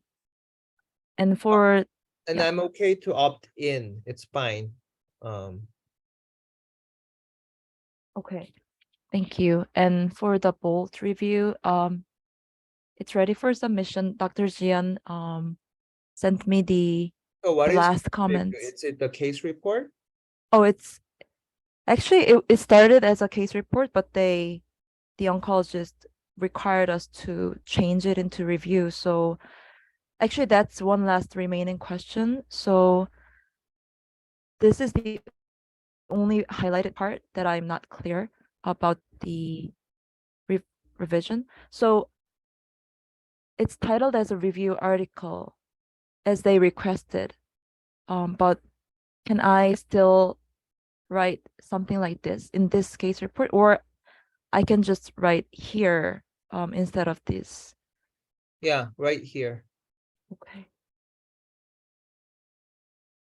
So it is case report and mini review.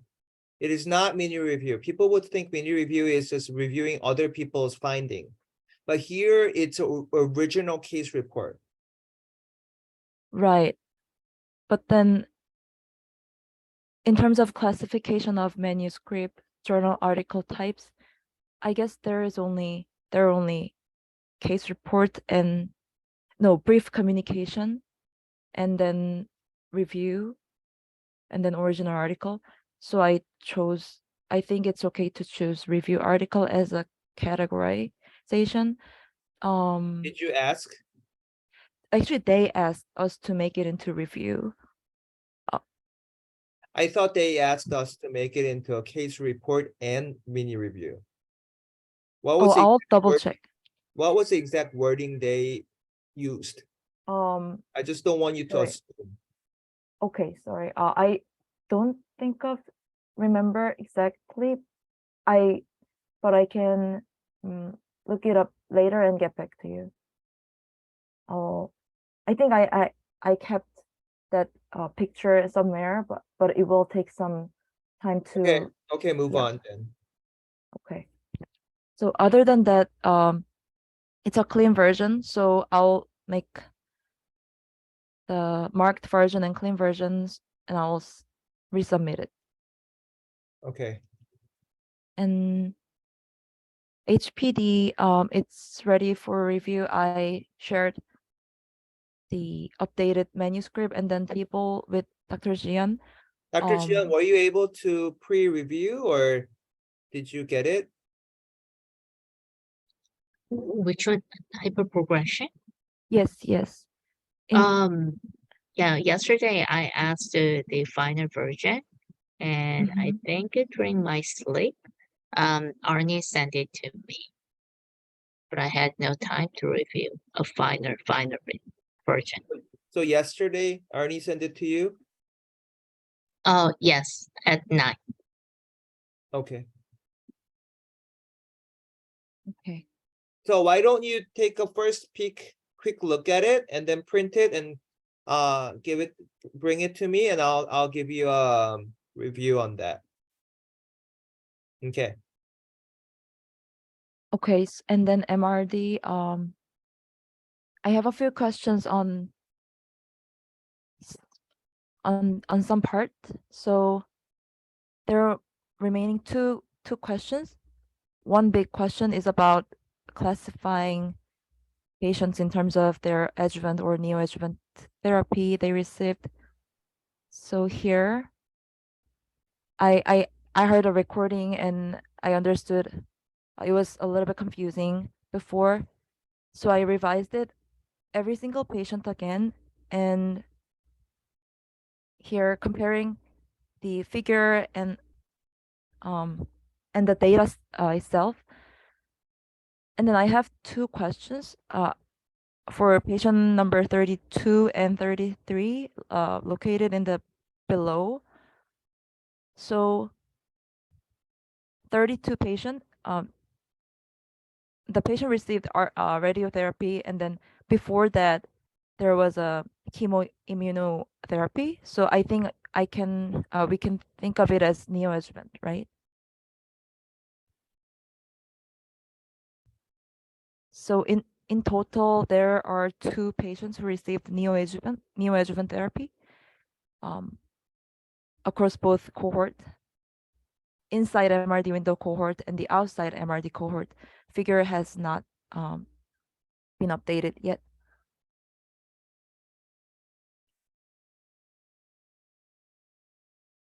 So what's not updated? A figure itself has manuscript itself has been updated by me and Dr. Seungmi, but figure itself needs to be updated by Natera people, and I asked them to do that. But Which I part? haven't. Which part? You know the title and then the color that you want to change. Oh, You so yes. we told them a week, more than a week before. Yes, I sent them email last Monday or so. Okay. So keep sending them email every 3 days. Yeah, I will. I will send them an email right after this lab meeting as well. Just Mm, updating everything that I can do on my part on my end. So mhm. and then yeah,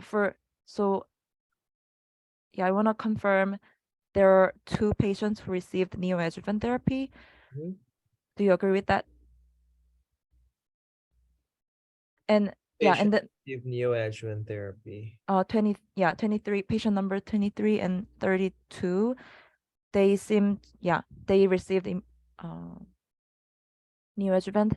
And then for 33 patient, actually like I'm not sure whether I have to double check this patient or not, because it shows the patient received osimertinib because of the EGFR even before surgery, and a little bit longer than surgery. So can I classify this as adjuvant therapy?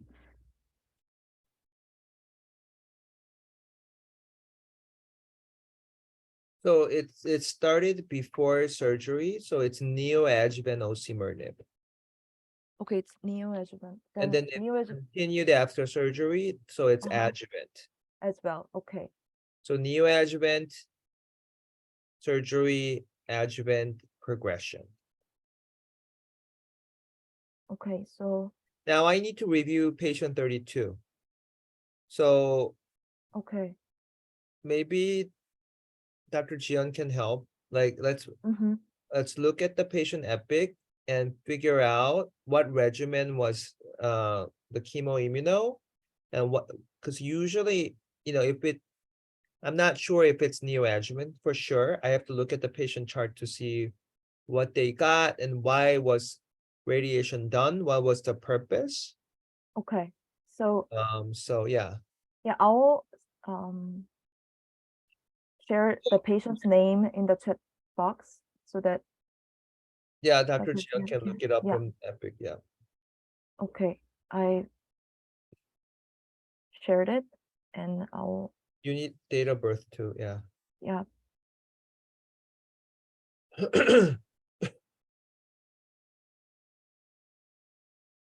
And I will unshare my screen. Okay, anything else? Um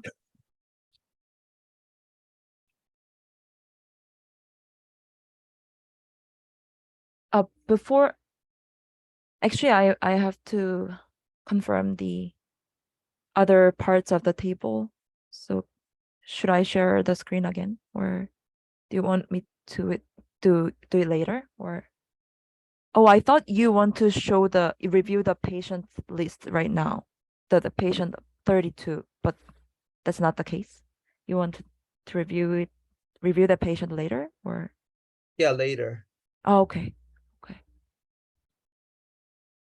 Yeah, one last thing is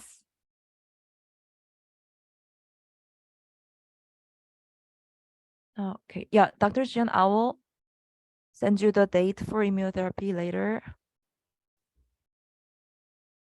And for the ECOG performance data, Dr. Liam helped me to collect the data again. So I made the table. Yeah, I edit the info like this. Do you want to group some grade or?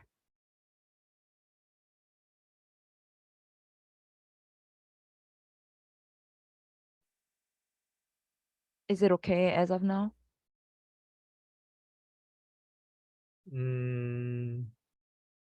So 4 indicates Curie because yeah, we recorded PS before curative intent surgery. So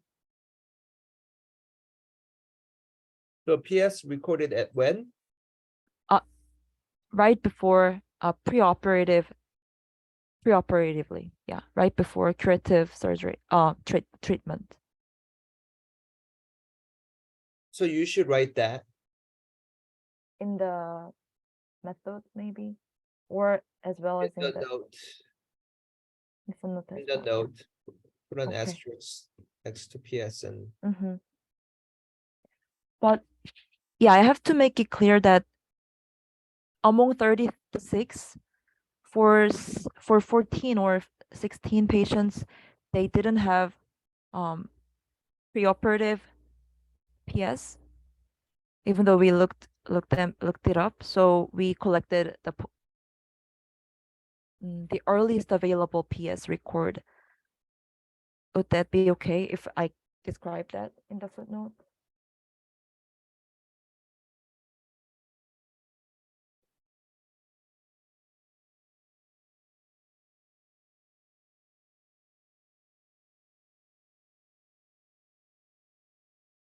So basically, not all patients have available data in terms of PS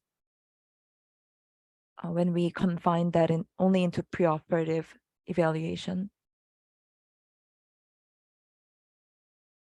okay. So PS, you can leave it like that. It's okay. So Okay. adjuvant, you have osimertinib adjuvant, but you have neoadjuvant chemoimmunotherapy, and not neoadjuvant osimertinib. So Oh yeah, yeah, yeah. I'll add that. so And you have then for neoadjuvant up again. So you have it's redundant up above. oh it. Oh okay, okay, yeah. I'll make the subcategorization here, as we have, yeah, 2 different types. Yeah. Other than that, yeah. So the numbers have been changed in terms of adjuvant therapy. So 9 chemotherapy, 10 targeted therapy, 2 immunotherapy. So in total 21. And there will be 3 patients received neoadjuvant. Okay. Okay. Yeah. Other than that, I will finalize the manuscript with Natera. I only asked them to edit figure. Other than that, all things have been updated. And I will send it to you as ASAP when I get back from them.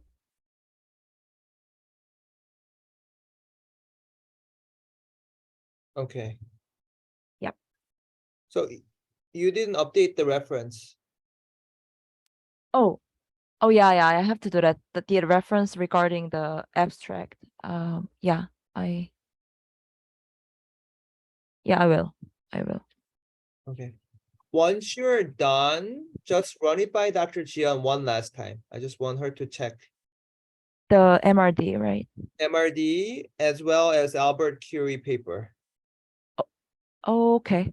Yeah. Before just submitting it. Before submitting it, just get her final. If she's okay, you don't need my approval. Just Okay. for both papers. Yeah. Yeah. For hyperprogression, I'll give my comments this afternoon. Okay. We'll record it with Dr. Jian. Yeah. Thank you.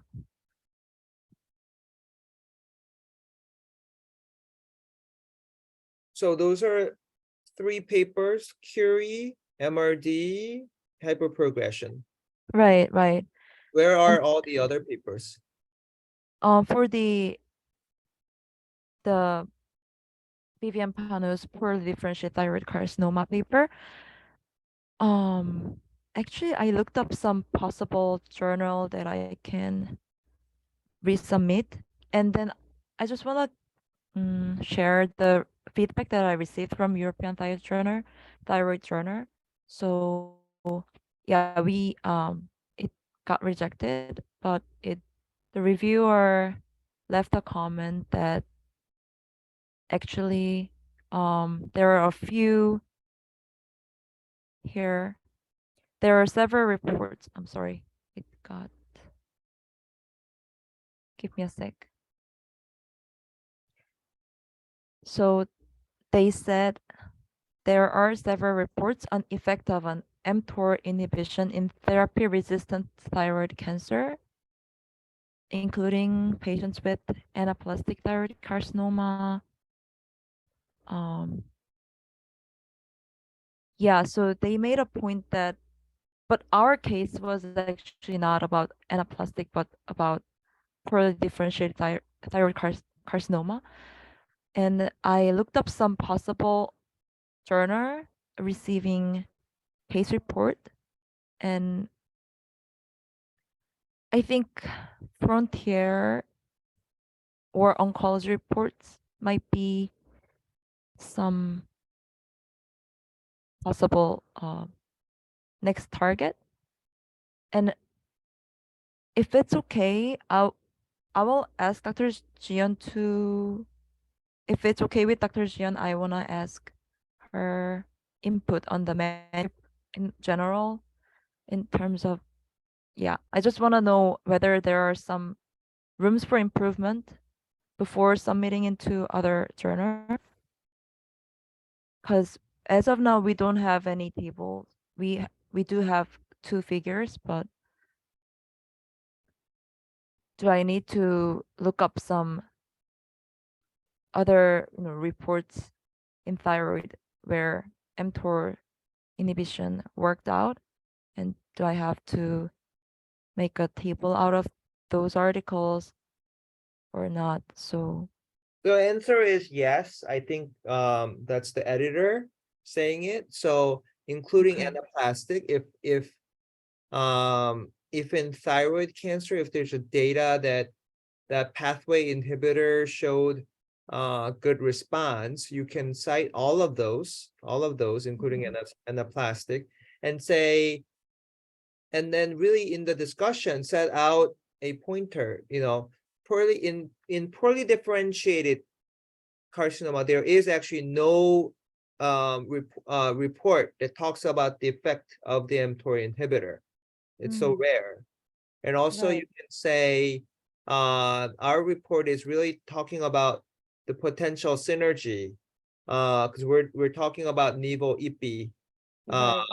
also, and then I don't think there is mTOR plus Nivo IPI data out there. So this is really the first report, and this is like a deep durable response. So you have to say what are the points that sets us apart from other prior literature. So you should write that. You don't need to have a table. I think it's just fine to Okay, put that in perfect. discussion Okay. and in a context. And I Uh-huh. agree, you can do frontiers first. If not, do oncology reports. And then if not, BMJ case report, is it a new journal? Is that why there's no impact factor? I don't think it's new journal, but I think they just give up to kind of have an impact factor evaluated every year, because I read explanation that because it's a case report journal, like citation has not done much. So like, yeah. So currently they don't have evaluation for impact factor for their journal. But What is it? Is it Frontiers in Oncology? I don't think Frontiers is the title. Oh, it's Frontiers in Oncology. I thought it would be okay to write it like, but sorry. Yeah. Okay, so start with Frontiers, then do oncology reports. And then let's figure out where we are. Okay. Yeah, so you can update that. It's up to Dr. Chian. I don't know if she has bandwidth, if she's willing to review Right. and Understood. Yeah. work, and then you could add her as a co-author and get her input and then submit it to the other journals I told you. And you don't need my approval. If Dr. Chian is okay, you can submit it. It's just minor. Yeah. You can submit it. Yeah, understood. I know she's very busy, so I will contact her separately to ask her opinion on this. Okay. Yeah, and then there's one more transfusion project that needs to be done. Honestly, like I haven't made any progress on that project, but I will try to do that So within this week. what has Seokju wrote? Oh, yeah, the Seokju Road. So we stopped. So We when you submit. present, can you make a table or figure or PowerPoint or anything like that to see where, what's the title of the project? Who are the co-investigators? I think you need to be more organized. Okay. Understood. Yeah, cancer survivor narrative review. So cancer survival of what? Of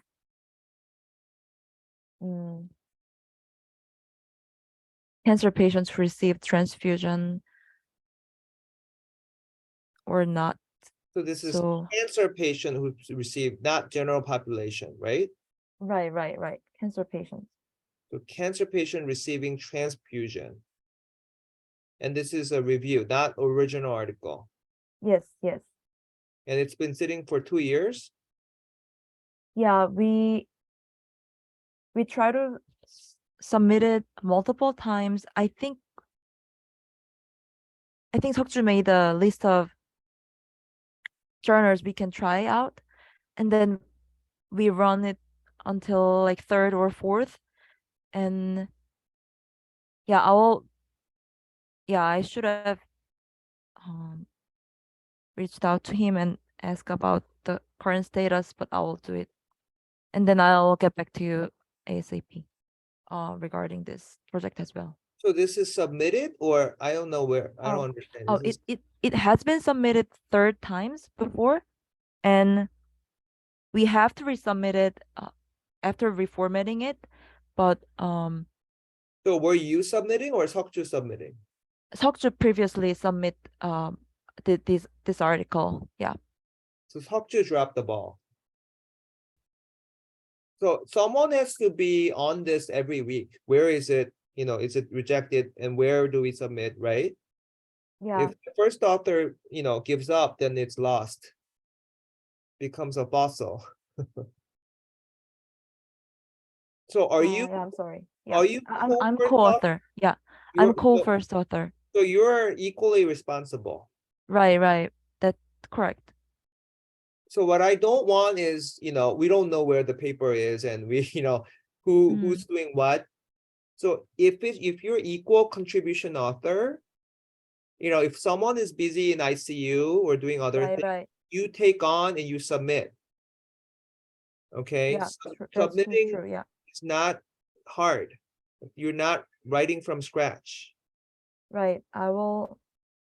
I will submit And it. then the review journals that take review, I'm more than happy to take your suggestion. So look for the journal that is appropriate. Okay. And run it by me. And I will give you my input and just submit it. Okay. Don't hold on to it. Okay. Yeah, our last journal was cancer immunology research, and I will look up the list and then I'll ask you again to confirm the next journal. Yeah, there's a immunology and immunotherapy journal. There's a cancer immunology and immunotherapy. You know, there are a few journals that Yeah, that takes narrative reviews. So look right. at that and Yeah, I will give you the list soon. okay, next paper. Anything that has your name in it, let's run it so that we have a plan. So submit it. I'll give you a deadline of 1 week. Okay. By the end of this Um, week. Yep. Okay.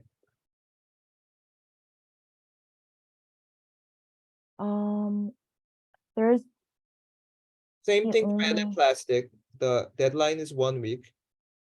Submit it in 1 week. Anaplastic or the yeah, the PDC TC. Yep.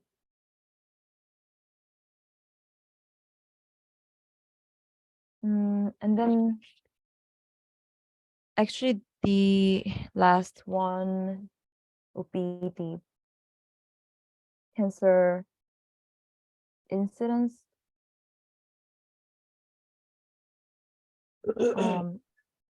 study, which I haven't made any So progression. cancer incidence of what?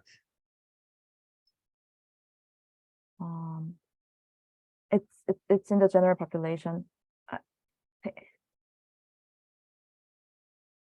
Cancer incidence among general population receiving transfusion. And is this review or original paper? It's original paper. It's a meta It's analysis, meta-analysis. including 5 original articles. Okay. So where is this? Is it submitted? It hasn't been submitted, so the manuscript itself hasn't been finished yet. Yeah, I have to work on it to make a manuscript for the submission.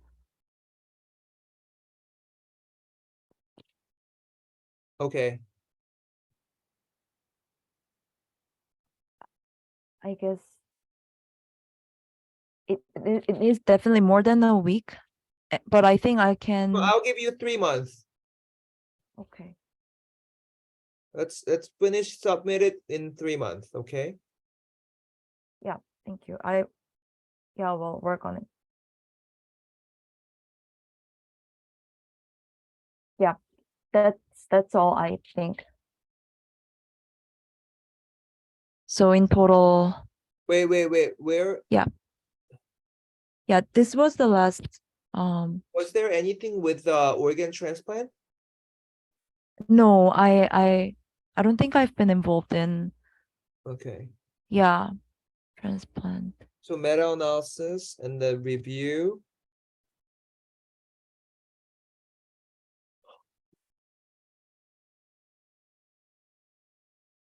Who is involved in medullary thyroid cancer with hyperprogression? That case report, is that published? Liam, do you remember medullary thyroid cancer showing hyperprogression report? I think Dr. Yunho Lee did the poster. Dr. Eugene, are you involved? No, I don't think. remember. I don't think I've been involved in. Yeah, I've never heard of the case report.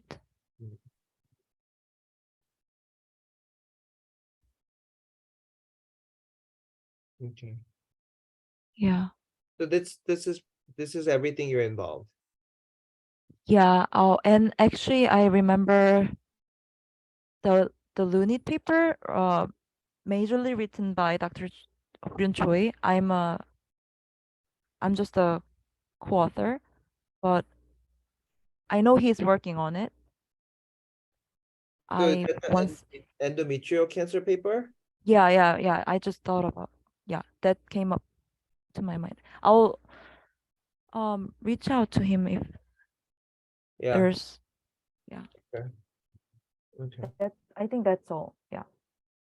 okay.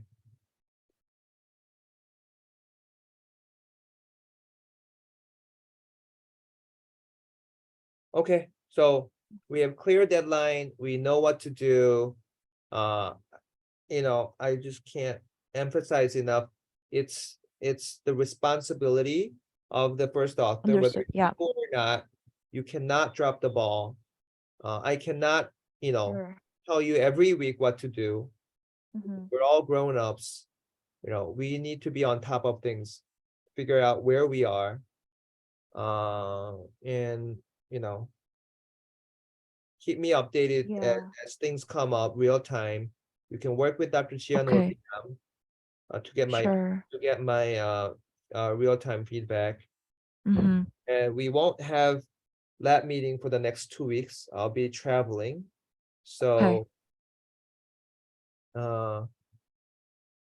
I'm in the lab 26th, 27th. I'm traveling.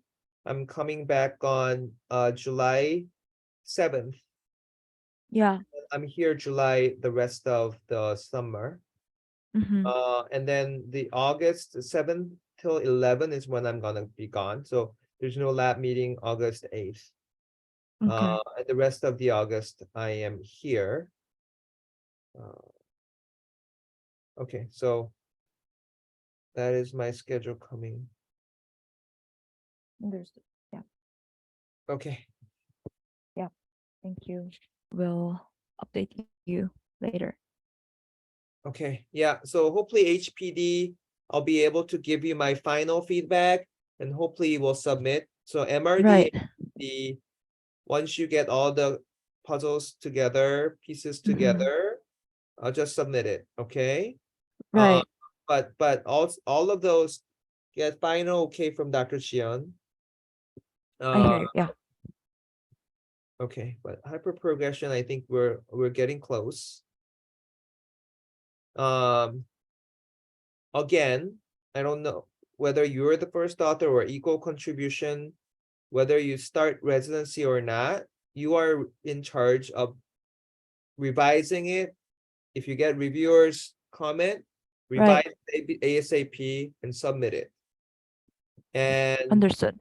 yeah, like Sungmi is first author, she has to revise it. Doesn't matter. Being doing residency is not an exemption to do to get you off duty. Yeah. She made a So contribution. Yeah. you should still work on it.